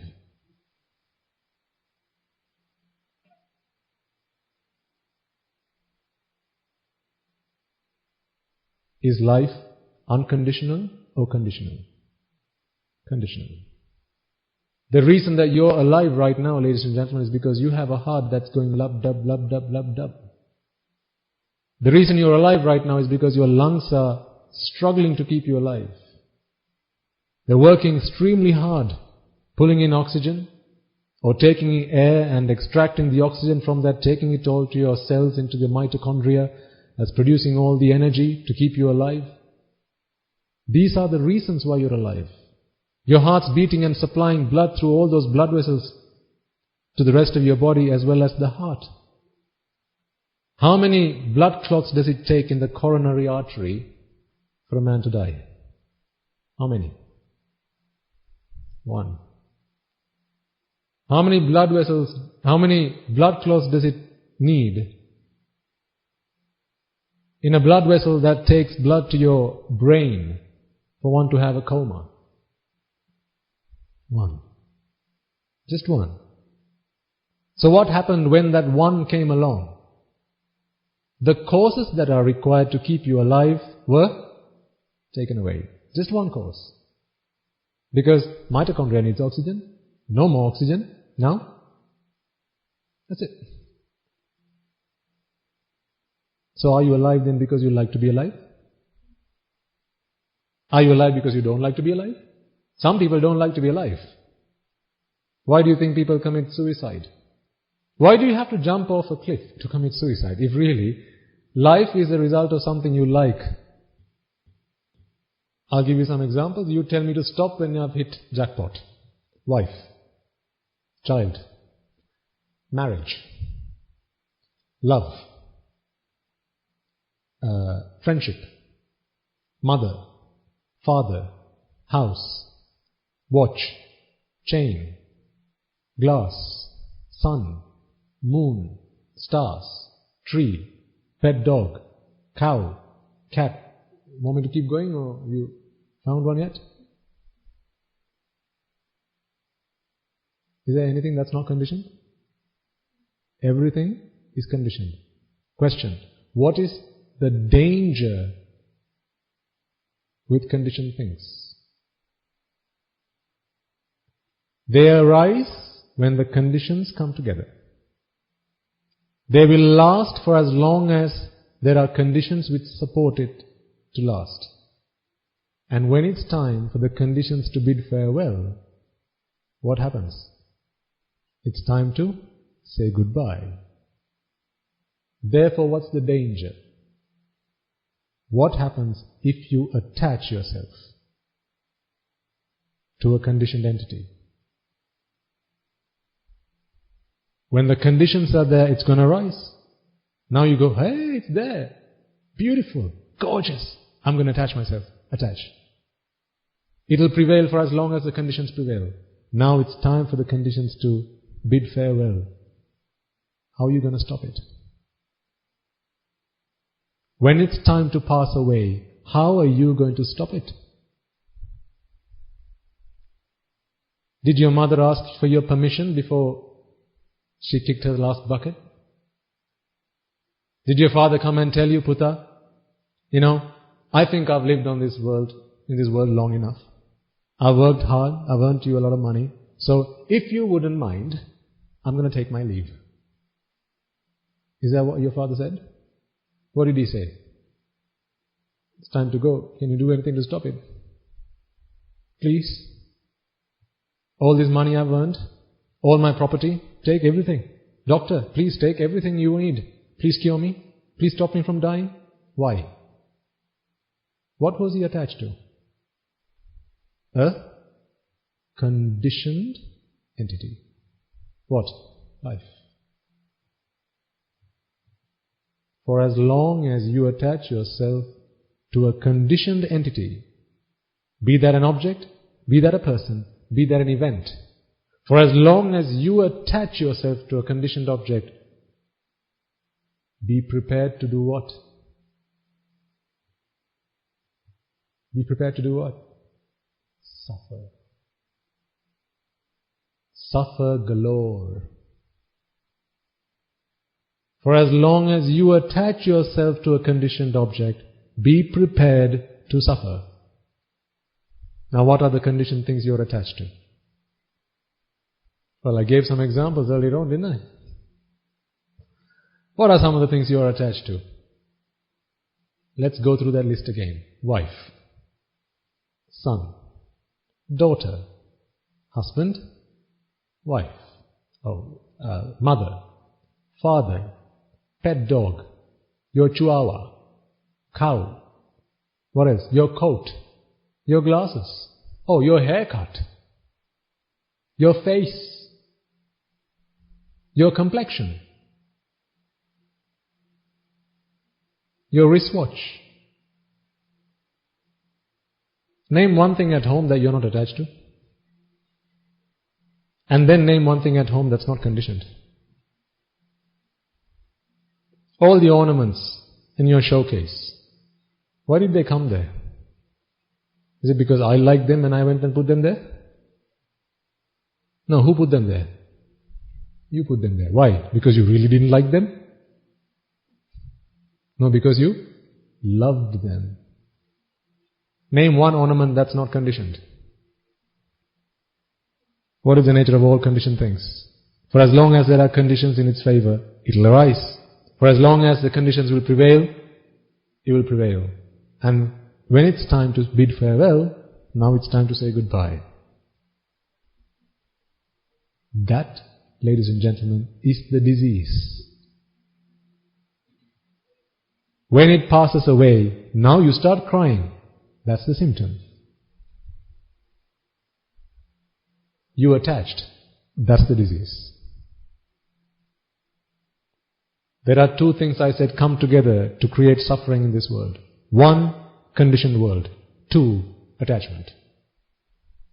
So I'll give you a formula for suffering. Attachment, product, conditioned world.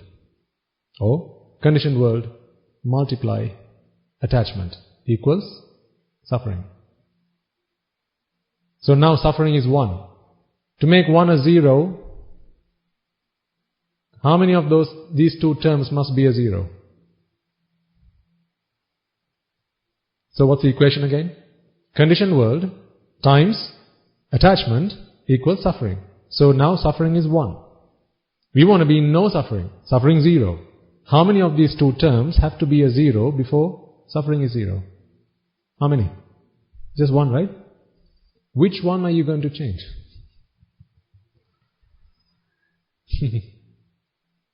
Which one would you like to change? Okay. Before you answer that, let me ask you this question. Which one have you been trying to change?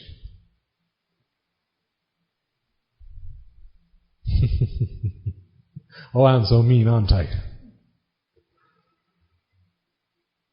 20, 30, 40, 50, 60, 70 years you've been alive. Which one have you been trying to change?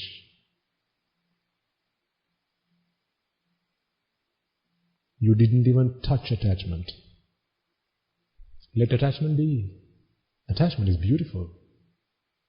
So you try to change a conditioned world. You try to change it to your favor. I don't like a conditioned world. I'm going to make it to my liking. Isn't this the story of your life? Changing the world, trying to change the world to your liking. Isn't that how everyone you took lessons from taught you to be happy? Why did you go to school again? To learn how to change the world to your liking. In which school do they teach you attachment leads to suffering? In which math lesson did you learn attachment leads to suffering? Which science and technology teacher came and taught you attachment leads to suffering? Which doctor did you go to said attachment leads you to suffering? Although I do know a doctor now who in her clinics tries to teach her patients. Previously she used to advise them to try and change the world. She came and shared a story with me and she said, now, thanks to the Dhamma, I realize I've been trying to alter the wrong factor. It's not X that needs to change, because you can't change X. Change Y. X is a conditioned world. Y is attachment. Z is the answer. Suffering. Think, ladies and gentlemen, which one have you been trying to change all your life? Name one thing you tried to do to stop attachment. Until you listen to the Dhamma. Give me one thing you did. True Dhamma that takes you to Nibbana is the Dhamma I'm talking about. Not Dhamma that says, because there's nothing wrong with the Dhamma. It's how you take the Dhamma, how you grasp the Dhamma. You go and do a meritorious deed. At the end of that you hope, let me be born in the heavens. May I be as beautiful as this flower is in my next birth. You can't tell me you haven't done these things. If so, you and I have been living in entirely different planets.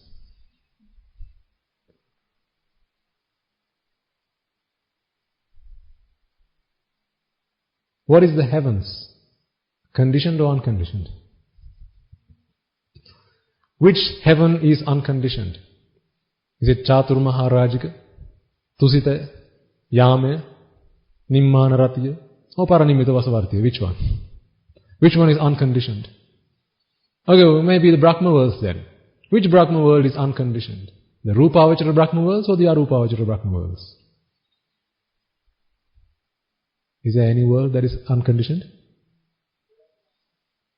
For as long as there are conditions, they will arise. For as long as conditions will prevail, the result will prevail. When the conditions are ready to go, now it's time to say goodbye. If at that time you have attached yourself to it,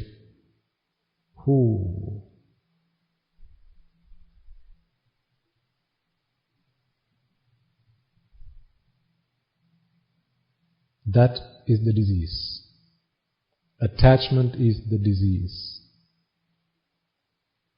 4 noble truths the Buddha spoke of. The first noble cause, or the first noble truth of suffering. He said, there's a world that's conditioned. You're attached to it. Therefore you're suffering. First noble truth of suffering. Then he went on to say, what is the cause for suffering? All along you and I thought, conditioned world is the cause for suffering. The Buddha says, no. You got it wrong. Conditioned world is not the cause for suffering. Attachment is the cause for suffering. Just think, ladies and gentlemen, all your lives, didn't everyone that you came across teach you to attach yourself to something? Didn't they give you value about something? Increase the value in your mind? Didn't they always praise something? I'm not talking about good qualities. Didn't they always try to teach you to attach yourself to something? From the moment you came into this world, your parents, Puta, work hard, earn a lot of money, buy a big house, marry a good wife, be happy. What did they teach you? Attach. Yes or no? Buy a good car. What did they teach you? Attach. What about your friends? What did your friends teach you? Attach, attach, attach, attach. Yes or no? There's a great investment. You should get involved. What did they say? Oh, there's a conditioned world out there. Stock market. What should you do? Attach. There's gold. Attach. I did that. I attached. What was I left with? Piles and piles and piles, heaps and heaps and heaps, and truckloads of suffering. Truckloads of suffering. Because everything I attached to was a conditioned entity. If you want to be happy, given that you tell me your purpose in life is to be happy, ladies and gentlemen, if all your life what you've been doing up until this point is trying to change a conditioned world to your liking, remember the fire did not arise because you wanted it to arise. Remember you are not alive because you want to be alive. Remember that your parents aren't alive because you want them to be alive. But are you not still attached to them? Are you not attached to your children?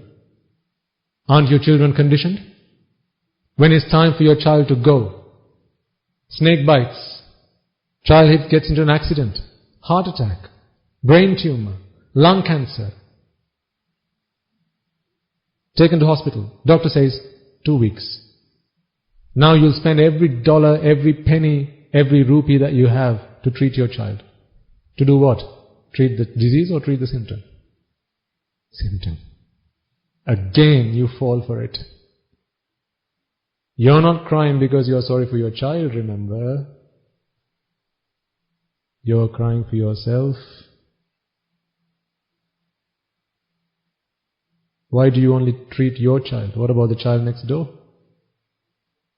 What about the children all over this world who are dying of cancer? I'll give you a choice. You'll be given 1 million rupees, $1 million, whatever. Your child's got a cancer. Kandasami's son in Jaffna, he's got a cancer too. Which one of these 2 children would you choose to treat? Should I even bother asking? Why is it not even a choice? Why do you not even have to think twice? One you're attached to, other you can care less. So, you keep your attachment and you try to treat the symptoms.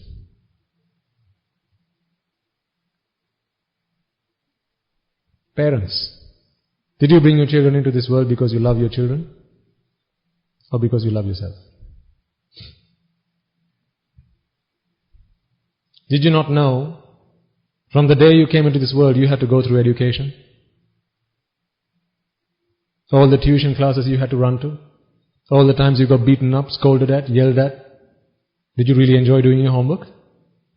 Again, if that's the case, you and I have lived in entirely different planets. Did you like sitting down and writing exams? Did you like doing your scholarships? Did you like doing your O-levels and A-levels? Did you like work? Do you still like working hard for a living? If I were to give you 3 square meals, all the food and lodgings you need, would you not consider even staying at home? How many times have you been wounded? How many times have you had splitting headaches, backaches, stomach aches, cramps, toothaches? You wanted to go to the toilet but couldn't. You didn't want to go to the toilet but it's going. How many times? Did you not realize that the child you are bringing into this world is going to go through exactly the same things?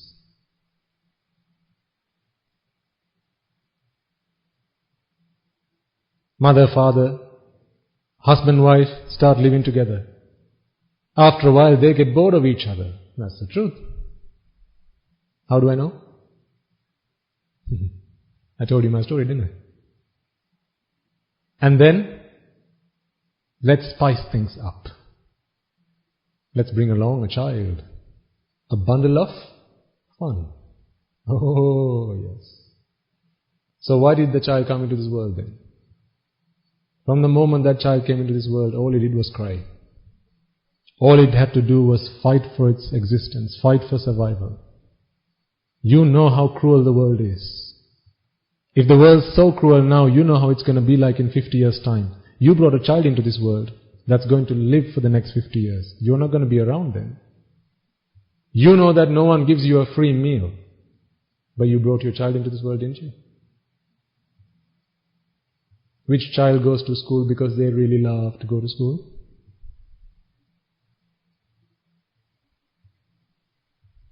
Did you bring a child into this world because you love the child? Or you love yourself?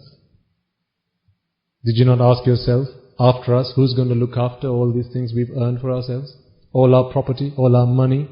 Someone's got to be the heir to all of this. You can't just pass it on to the next door neighbor. Can you? No. It has to be your child. So, let's bring someone along who can piggyback all this stuff that I've been piggybacking all along. Think. I'm giving you things to think about. By the way, I'm not saying children now go start hating your parents. It is thanks to them that you come into this world and now you have a great blessing that is this human life. If you weren't born a human, how would you be listening to this sermon? If you are a preta, if you are a spirit or a demon, or a being in the four great hells, how would you listen to this sermon? You wouldn't have a chance. Thanks to your parents, you were able to come into this world. But parents, you didn't bring them into this world because you loved them. So I'm thinking it from both perspectives. So you can't say I'm unfair. I asked my mother, why did you bring me into this world? She said, because I love you. I said, you didn't even know who I was. How did you love me? When you decided to bring me into this world, you didn't even know whether I was black or white, male or female, whether I was going to be disabled, handicapped. How many parents dish their children, throw their children into the toilet because they have come into this world and now they're handicapped? Why do they do that? Is it because they love their child? There's only one person you love in this world. Who's that? In your pursuit of happiness, you are prepared to do anything, including bringing a poor, helpless being into this world to fight for its survival. You will even do that. Are you feeling proud about yourself right now? Tell me if I'm wrong. If I'm wrong, then please correct me. From the child's perspective, entirely different story, I must admit. From the child's perspective, it is because the parents decided to be, or even by mistake. This is why Guru Swami says, even if you're a fatherless child, as in, you don't know your father, still, that man who might have raped your mother, and as a result of which she became pregnant, and therefore you came into this world, that is still your father. That man might be a drunkard, might be a waste of time, waste of space, but still, that's your father. That's from the child's perspective.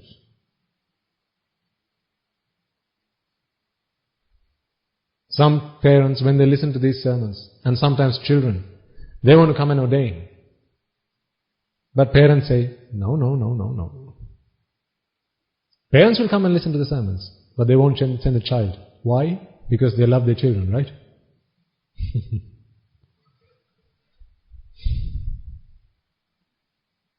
If they love their children, and a child genuinely understands that the reason I'm suffering is not because of a conditioned world, it's because of attachment. But every moment I live in this world, all that people I associate tell me, attach, new film, let's go watch. New song, download, listen, beautiful songs. New restaurant, let's go try it. What's this? Attach. I haven't gone into that level on this sermon, But our regular listeners will know how with every chitta that arises and passes away, you are suffering. In future sermons we'll talk about that. Or you can listen to previous sermons. How with every second, you're suffering 1 billion times every second. Right now this might seem like fiction. Listen to sermons. Or come along to future sermons and we will talk about this stuff. But that is the truth. And when a child genuinely understands that, and they decide, enough is enough. Thank you, Mamma, Tata, that I have come into this world. But I have to make this the last time I come into this ruthless, meaningless, essenceless, futile existence. And for that I need the association of noble and moral people. Not these time wasters that I have to live my life with at work, at school, parties. I'm not saying all people out there are bad. But what I'm saying is, if they are not a Sotapanna, how many people you know are Sotapannas? If the world out there are not Sotapannas, then they have not understood what suffering is. For as long as they have not understood what suffering is, what are they trying to do? Change which factor? X or Y? X. Which is? Change a conditioned world to their liking. You can't blame them. That's all they know. So if that's all they're doing, what are they going to teach your children to do? Change the world to your liking. Will they ever find happiness doing that? Have you? Did your parents? Your grandparents? If they had no hope, what hope do your children have? Remember, they're going into a world 50 years from now. You're not going to be around after the next 10, 20 years. But your children will. Provided they're going to have a natural death. If the world that we live in today is so corrupted, imagine what it's going to be in 50 years. If you don't give them the gift of Dhamma, you might as well chop their heads off right now. Because if not, they're going to go and chop someone else's head. And for that, they will have to suffer for many millions of eons, again in the 4 great hells. All they're asking you, Amma, Tata, please teach me how to be happy. Please, I don't know the first thing about this world. I don't know what a doctor is, I don't know what a lawyer is, I don't know what an engineer is. People say these things out loud. Big people, tall people, fat people, they all come and ask me, Putta, what do you want to be? And I say, I don't know, I just want to be happy. And they say, no, you can't be like that, you have to have an ambition. You have to be a doctor. Okay. Now the child goes and asks Amma, what's a doctor? The child doesn't know any of this. All the child is asking you is, how do I be happy? And if you're teaching them, change X and you'll be happy.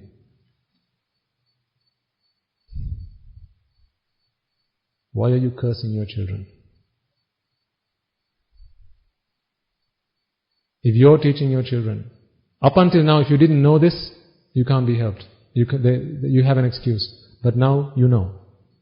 Now if you're still teaching your children to be happy, change X, then you are the biggest curse that has been bestowed upon them. Yes or no? Am I saying something I shouldn't be? Am I corrupting your minds? Am I? Am I not speaking the truth? Tell me if I'm not, and I will stop. But this is the truth no one told me. For 30 years of my life, no one told me this. When I came across my Guru Swami Mahanse, that's when I got to listen to the Dhamma.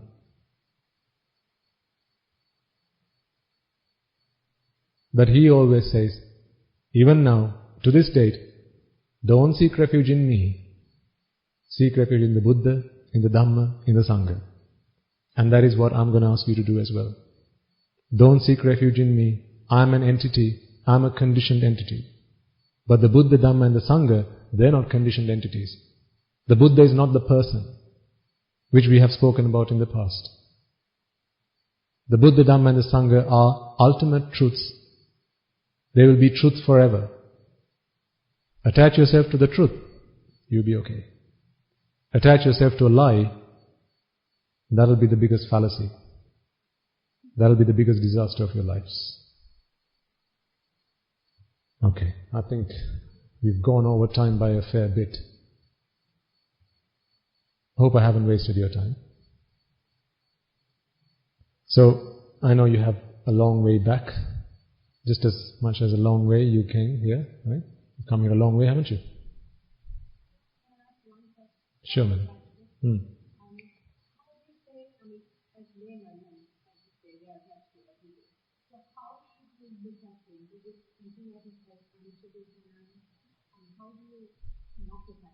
Okay. The question you asked me, madam, you don't realize how profound it is. I can talk about it for the next 3 hours. But I'm conscious of time, so I'll give you a brief answer which does not do justice to the answer, but I can't leave you with a question. The reason we've been attaching ourselves to all conditioned things is because we thought they bring us pleasure. This is why you attached yourself to your children. This is why you attached yourself to your girlfriend, to your boyfriend, because you thought they bring pleasure. They are the source of pleasure. This is what you thought. You outsourced your happiness. Yes or no? Did you not always seek happiness from the outside world? Isn't this why if I put you in a dark room, you can't be there for 5 seconds? There is no noise. There is nothing to see. You can't smell anything. What do you want to do? Get the hell out, right? Why? Because you're looking for what? Happiness. And where does it come from? Outside world. So when you believe that happiness is in the outside world, and the outside world is nothing other than, like we discussed at the beginning, sight, sound, smell, taste and touch, then your expectation of happiness, your expectation of pleasure is bestowed on sight, sound, smell, taste and touch. This is where you look for happiness. But the problem with that is all conditioned things, including sight, sound, smell, taste and touch, are conditioned. For as long as there are causes, they will arise. For as long as there are causes, they will persist. And when the causes when it's time for the causes to go away, disappear, now it will cease to exist, pass away. Isn't this what you have attached yourself to? The problem is you have attached yourself to it. Now it's passing away. How's that going to make you feel? When did you ever cry because next door neighbor's mother passed away? When did you cry? You didn't, did you? No, but you cried when your mother passed away. So, is the cause for suffering passing away or your mother passing away? Is it mother passing away or my mother passing away? What's the difference in those two statements? Mother pass away, my mother pass away. Pick out the factor that's uncommon between those two terms, those two statements. My. So what's the cause for suffering then? My. What is my? Attachment. So when you realize that all these things I'm attached to only have the potential to leave me distraught, leave me in despair, leave me unfulfilled, unsatisfied and lamented, then you realize this is not a world worth attaching to. If the only thing your mind can do is attach to sight, sound, smell, taste and touch, just like all conditioned objects and entities, the mind will also arise and pass away. So when the mind passes away, if the mind is now attached to a sight or a sound or a smell or a taste or a touch, now the mind is passing away. Though this chitta, this consciousness is passing away. This is going to be a little bit deep. This is why I didn't want to touch this in this sermon, because we have some new faces. But when you ask a question, I can't leave you with a question. A chitta arises, passes away. In a chitta you have rupa, vedana, sanya, sankara, vijnana. This is all a mind knows. A mind doesn't speak any other language. This is the only language the mind speaks. Rupa, vedana, sanya, sankara, vijnana. The 5 aggregates. So when you see a sight, you're looking at a flower. In your mind, rupa, vedana, sanya, sankara, vijnana have arisen. Why? Because you like it? Or is it because you don't like it? No, because there are causes, conditioned, cause and effect. Because there are causes, now you have the effect. But like all conditioned things, this chitta is also going to pass away. And when it does, you're still attached to the rupa, vedana, sanya, sankara, vijnana that arose in that chitta. Now what's going to happen? It's going to leave you in despair. So then you begin to realize, the only thing that attachment ever brought me was suffering. Yes, we have experienced pleasure, but pleasure is only relief from suffering. To explain that, we'll have to talk for another hour at least. But time you don't have. But listen to all previous sermons, where we talk about how pleasure is nothing other than relief from suffering. I'll give you a really simple example. You have a toothache. Now you're suffering. You go to the dentist. The dentist pulls the decayed tooth out. Do you not feel pleasure? So to experience that pleasure again, what must you do? Get yourself a bad tooth, right? You're sat down right now, in the posture that you are. But is this the same posture that you sat down when you came into this room? No. How many times did you change posture? You've forgotten, right? If the posture that you sat down in was the most pleasurable posture, then why did you change?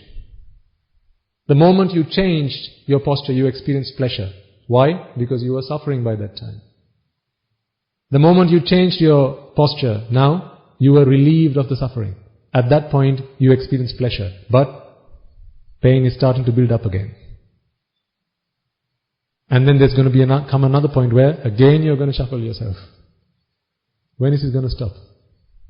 For as long as you're here, for as long as you're in this world, for as long as you want to be seated, for as long as you're there, you're here, you're in existence, you're going to be suffering.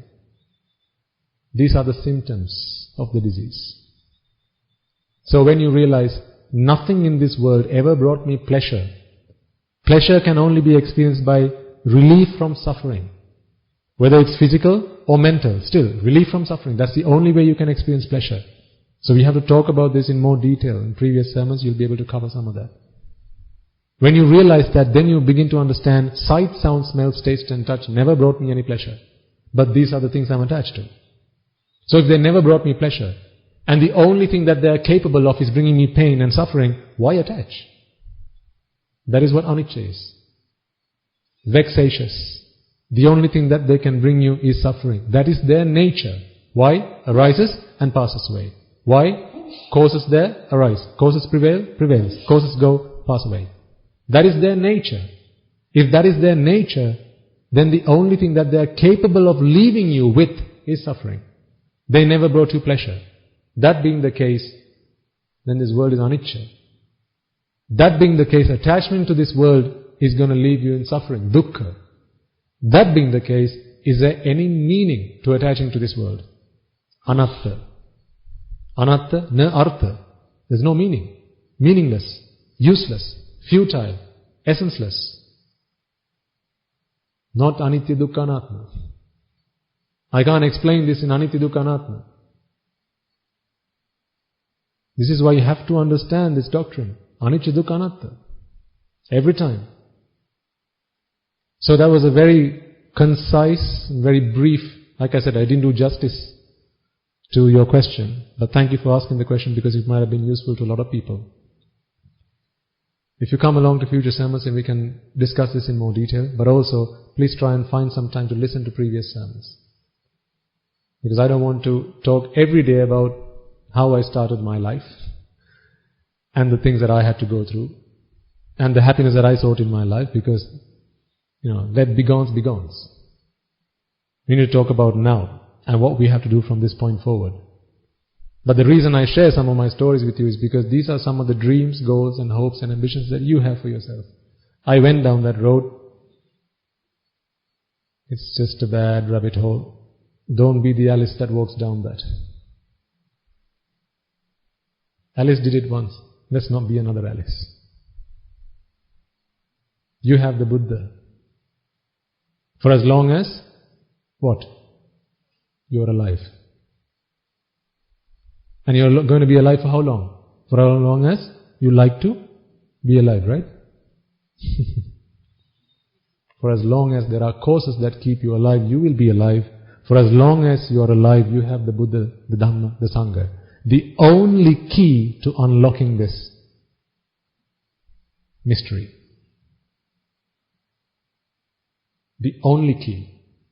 That's why Natti me saranang anyam buddho me saranang varam. That's why Natti me saranang anyam dhammo me saranang varam. That is why Natti me saranang anyam sangho me saranang varam.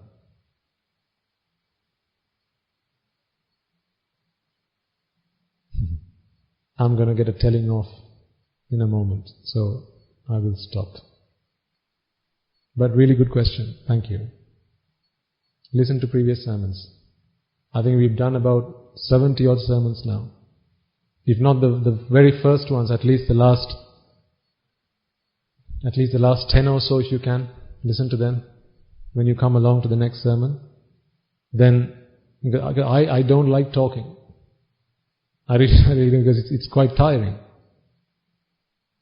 But when you're here, I can't just come and continue from where we left off last week, because it's going to leave a lot of you perplexed.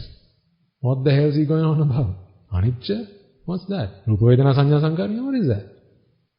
Yes, you've heard of it before, but you heard it, didn't listen to it.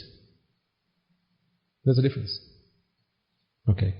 So if there are no more questions for now, we'll conclude the sermon, because I know you have a long way to go.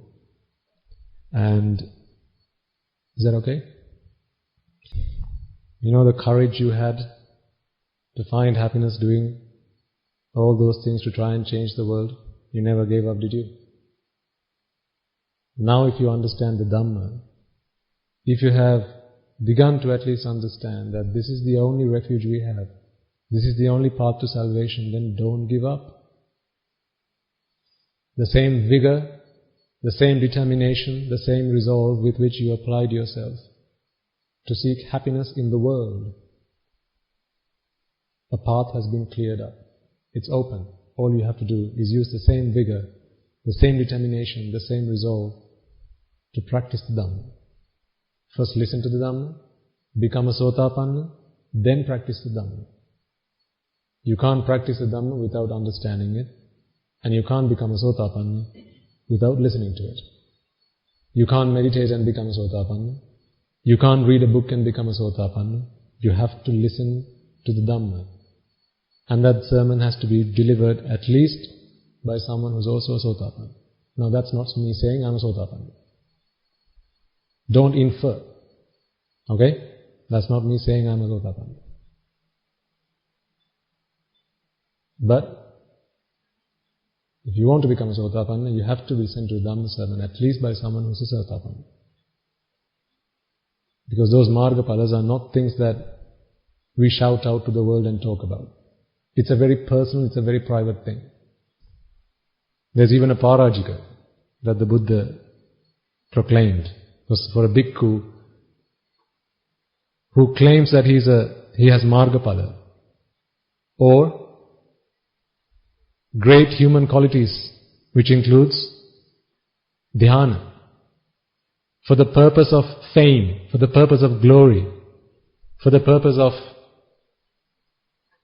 receiving goods and delights and pleasures. If you claim that you have these things, then you are a Parajika. So it's not something that we need him to talk about. But each and every one of you must make a firm resolve to be there, to get there. And it's down to you to go and seek them out. They are few and far between, but they're there. They are there. And how do you know a Sotapanna when you see one? They have an aura, right? What color is a Sotapanna's aura? Oh no, they can walk on water, right? No, they only walk looking down at the floor, right? That's how you gauge a Sotapanna? Are they in robes, Sotapannas? No. Are only men who are Sotapannas? No. Don't judge a book by its cover.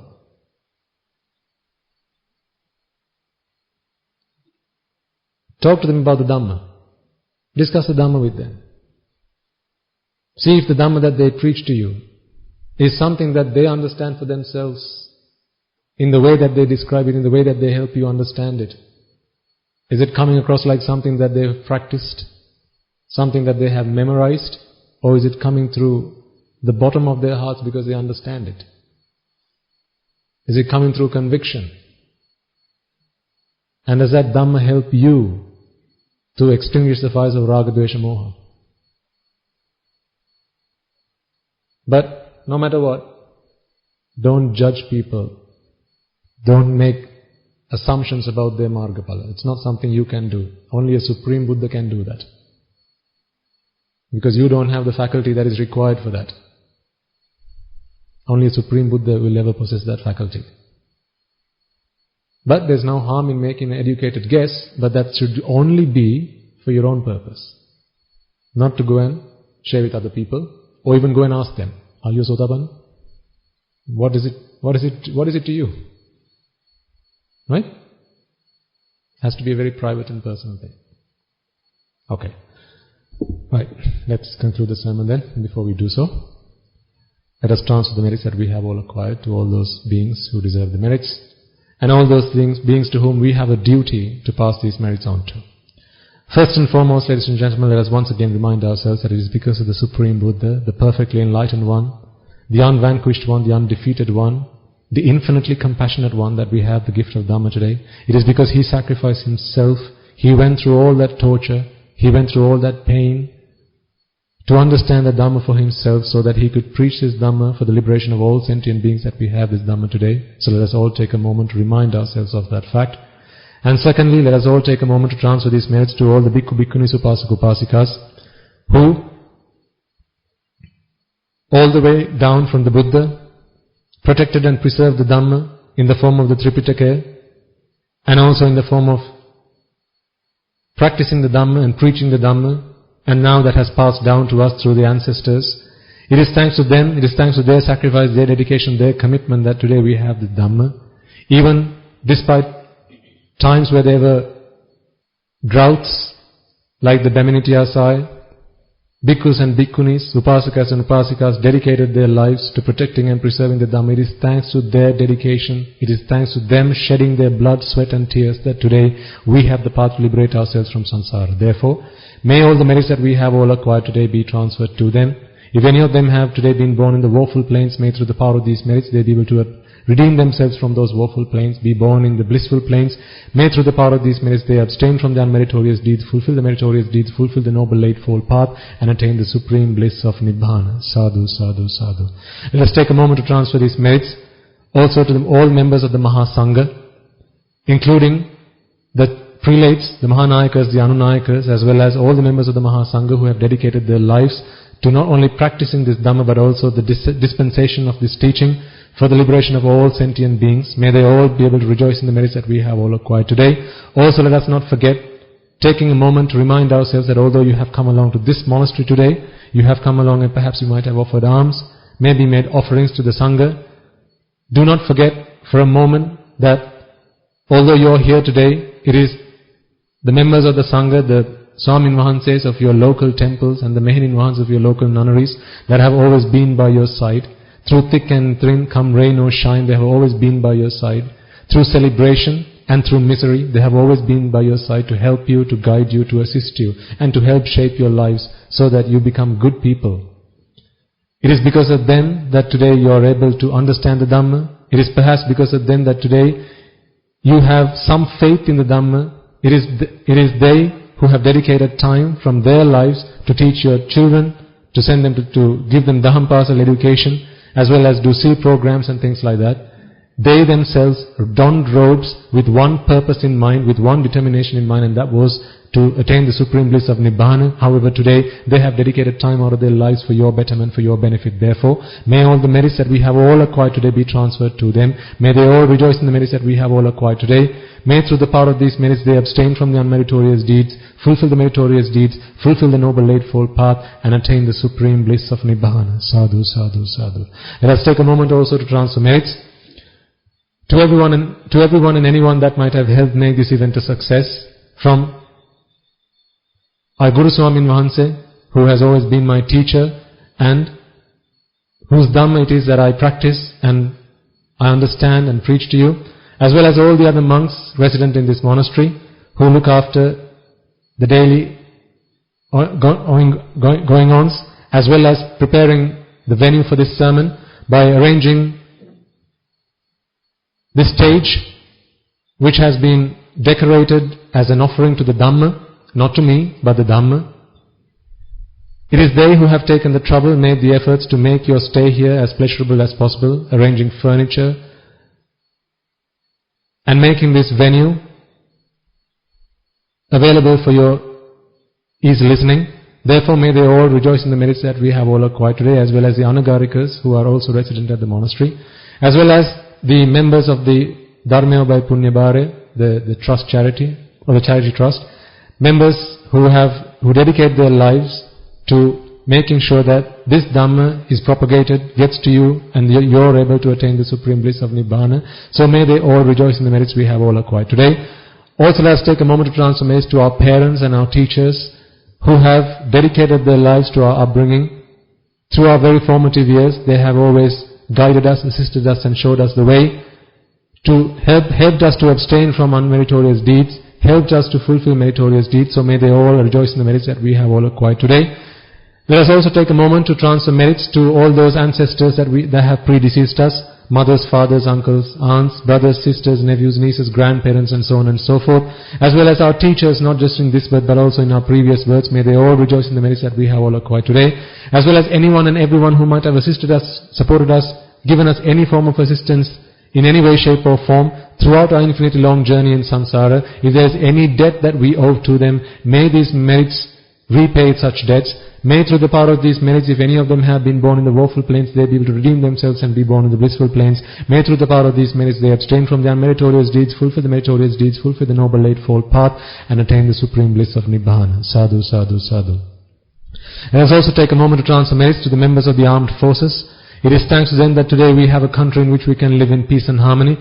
They dedicated and sacrificed their lives to protecting and preserving our country, fought a 30-year-old long bloody war in which many people were injured, many people died. It is because they sacrificed their lives that today we are able to live in peace and harmony despite our differences, despite our difference in beliefs and opinions and so on and so forth. May they all rejoice in the merits that we have all acquired today, as well as members of the police force who dedicate themselves to the peace and harmony of our country. May they all rejoice in the merits that we have all acquired today. It is thanks to them, ladies and gentlemen, remember that you are able to come along here in peace and harmony, listen to this sermon, because if it was not for them, you would not have the freedom of time, you would not have the privilege of time or this opportunity to listen to these sermons. So therefore, they all deserve the merits that we have all acquired today. May through the power of these merits, if any of them have been born in the woeful plains, may they be able to redeem themselves. May through the power of these merits they abstain from the unmeritorious deeds, fulfill the meritorious deeds, fulfill the noble eightfold path, and attain the supreme bliss of Nibbana. Sadhu, sadhu, sadhu. Let us also take a moment to transfer merits to all men and women who might have lost their lives in natural calamities such as the tsunamis, storms, hurricanes, so on and so forth, not just in Sri Lanka but throughout the world. There may be those beings who have been your friends, they have been your family, but also there may be others who have not been friends or family, but only in this birth. In many births in samsara, all of them will have been our mothers, all of them will have been our fathers, brothers, sisters, many, countless times. May through the power of these merits, if any of them have today been born in the woeful plains, they be able to redeem themselves and be born in the blissful plains. May through the power of these merits they abstain from their meritorious deeds, fulfill the meritorious deeds, fulfill the noble eightfold path, and attain the supreme bliss of Nibbana. Sadhu, sadhu, sadhu. Let us also take a moment to transfer merits to all those men and women who have dedicated themselves to leading this country, developing this country, protecting this country. It is thanks to them that today you and I have the freedom of time and space to come along and listen to these sermons. If not for them, you and I will today have to be leading this country. You and I today will have to be developing this country. You and I will have to be protecting this country.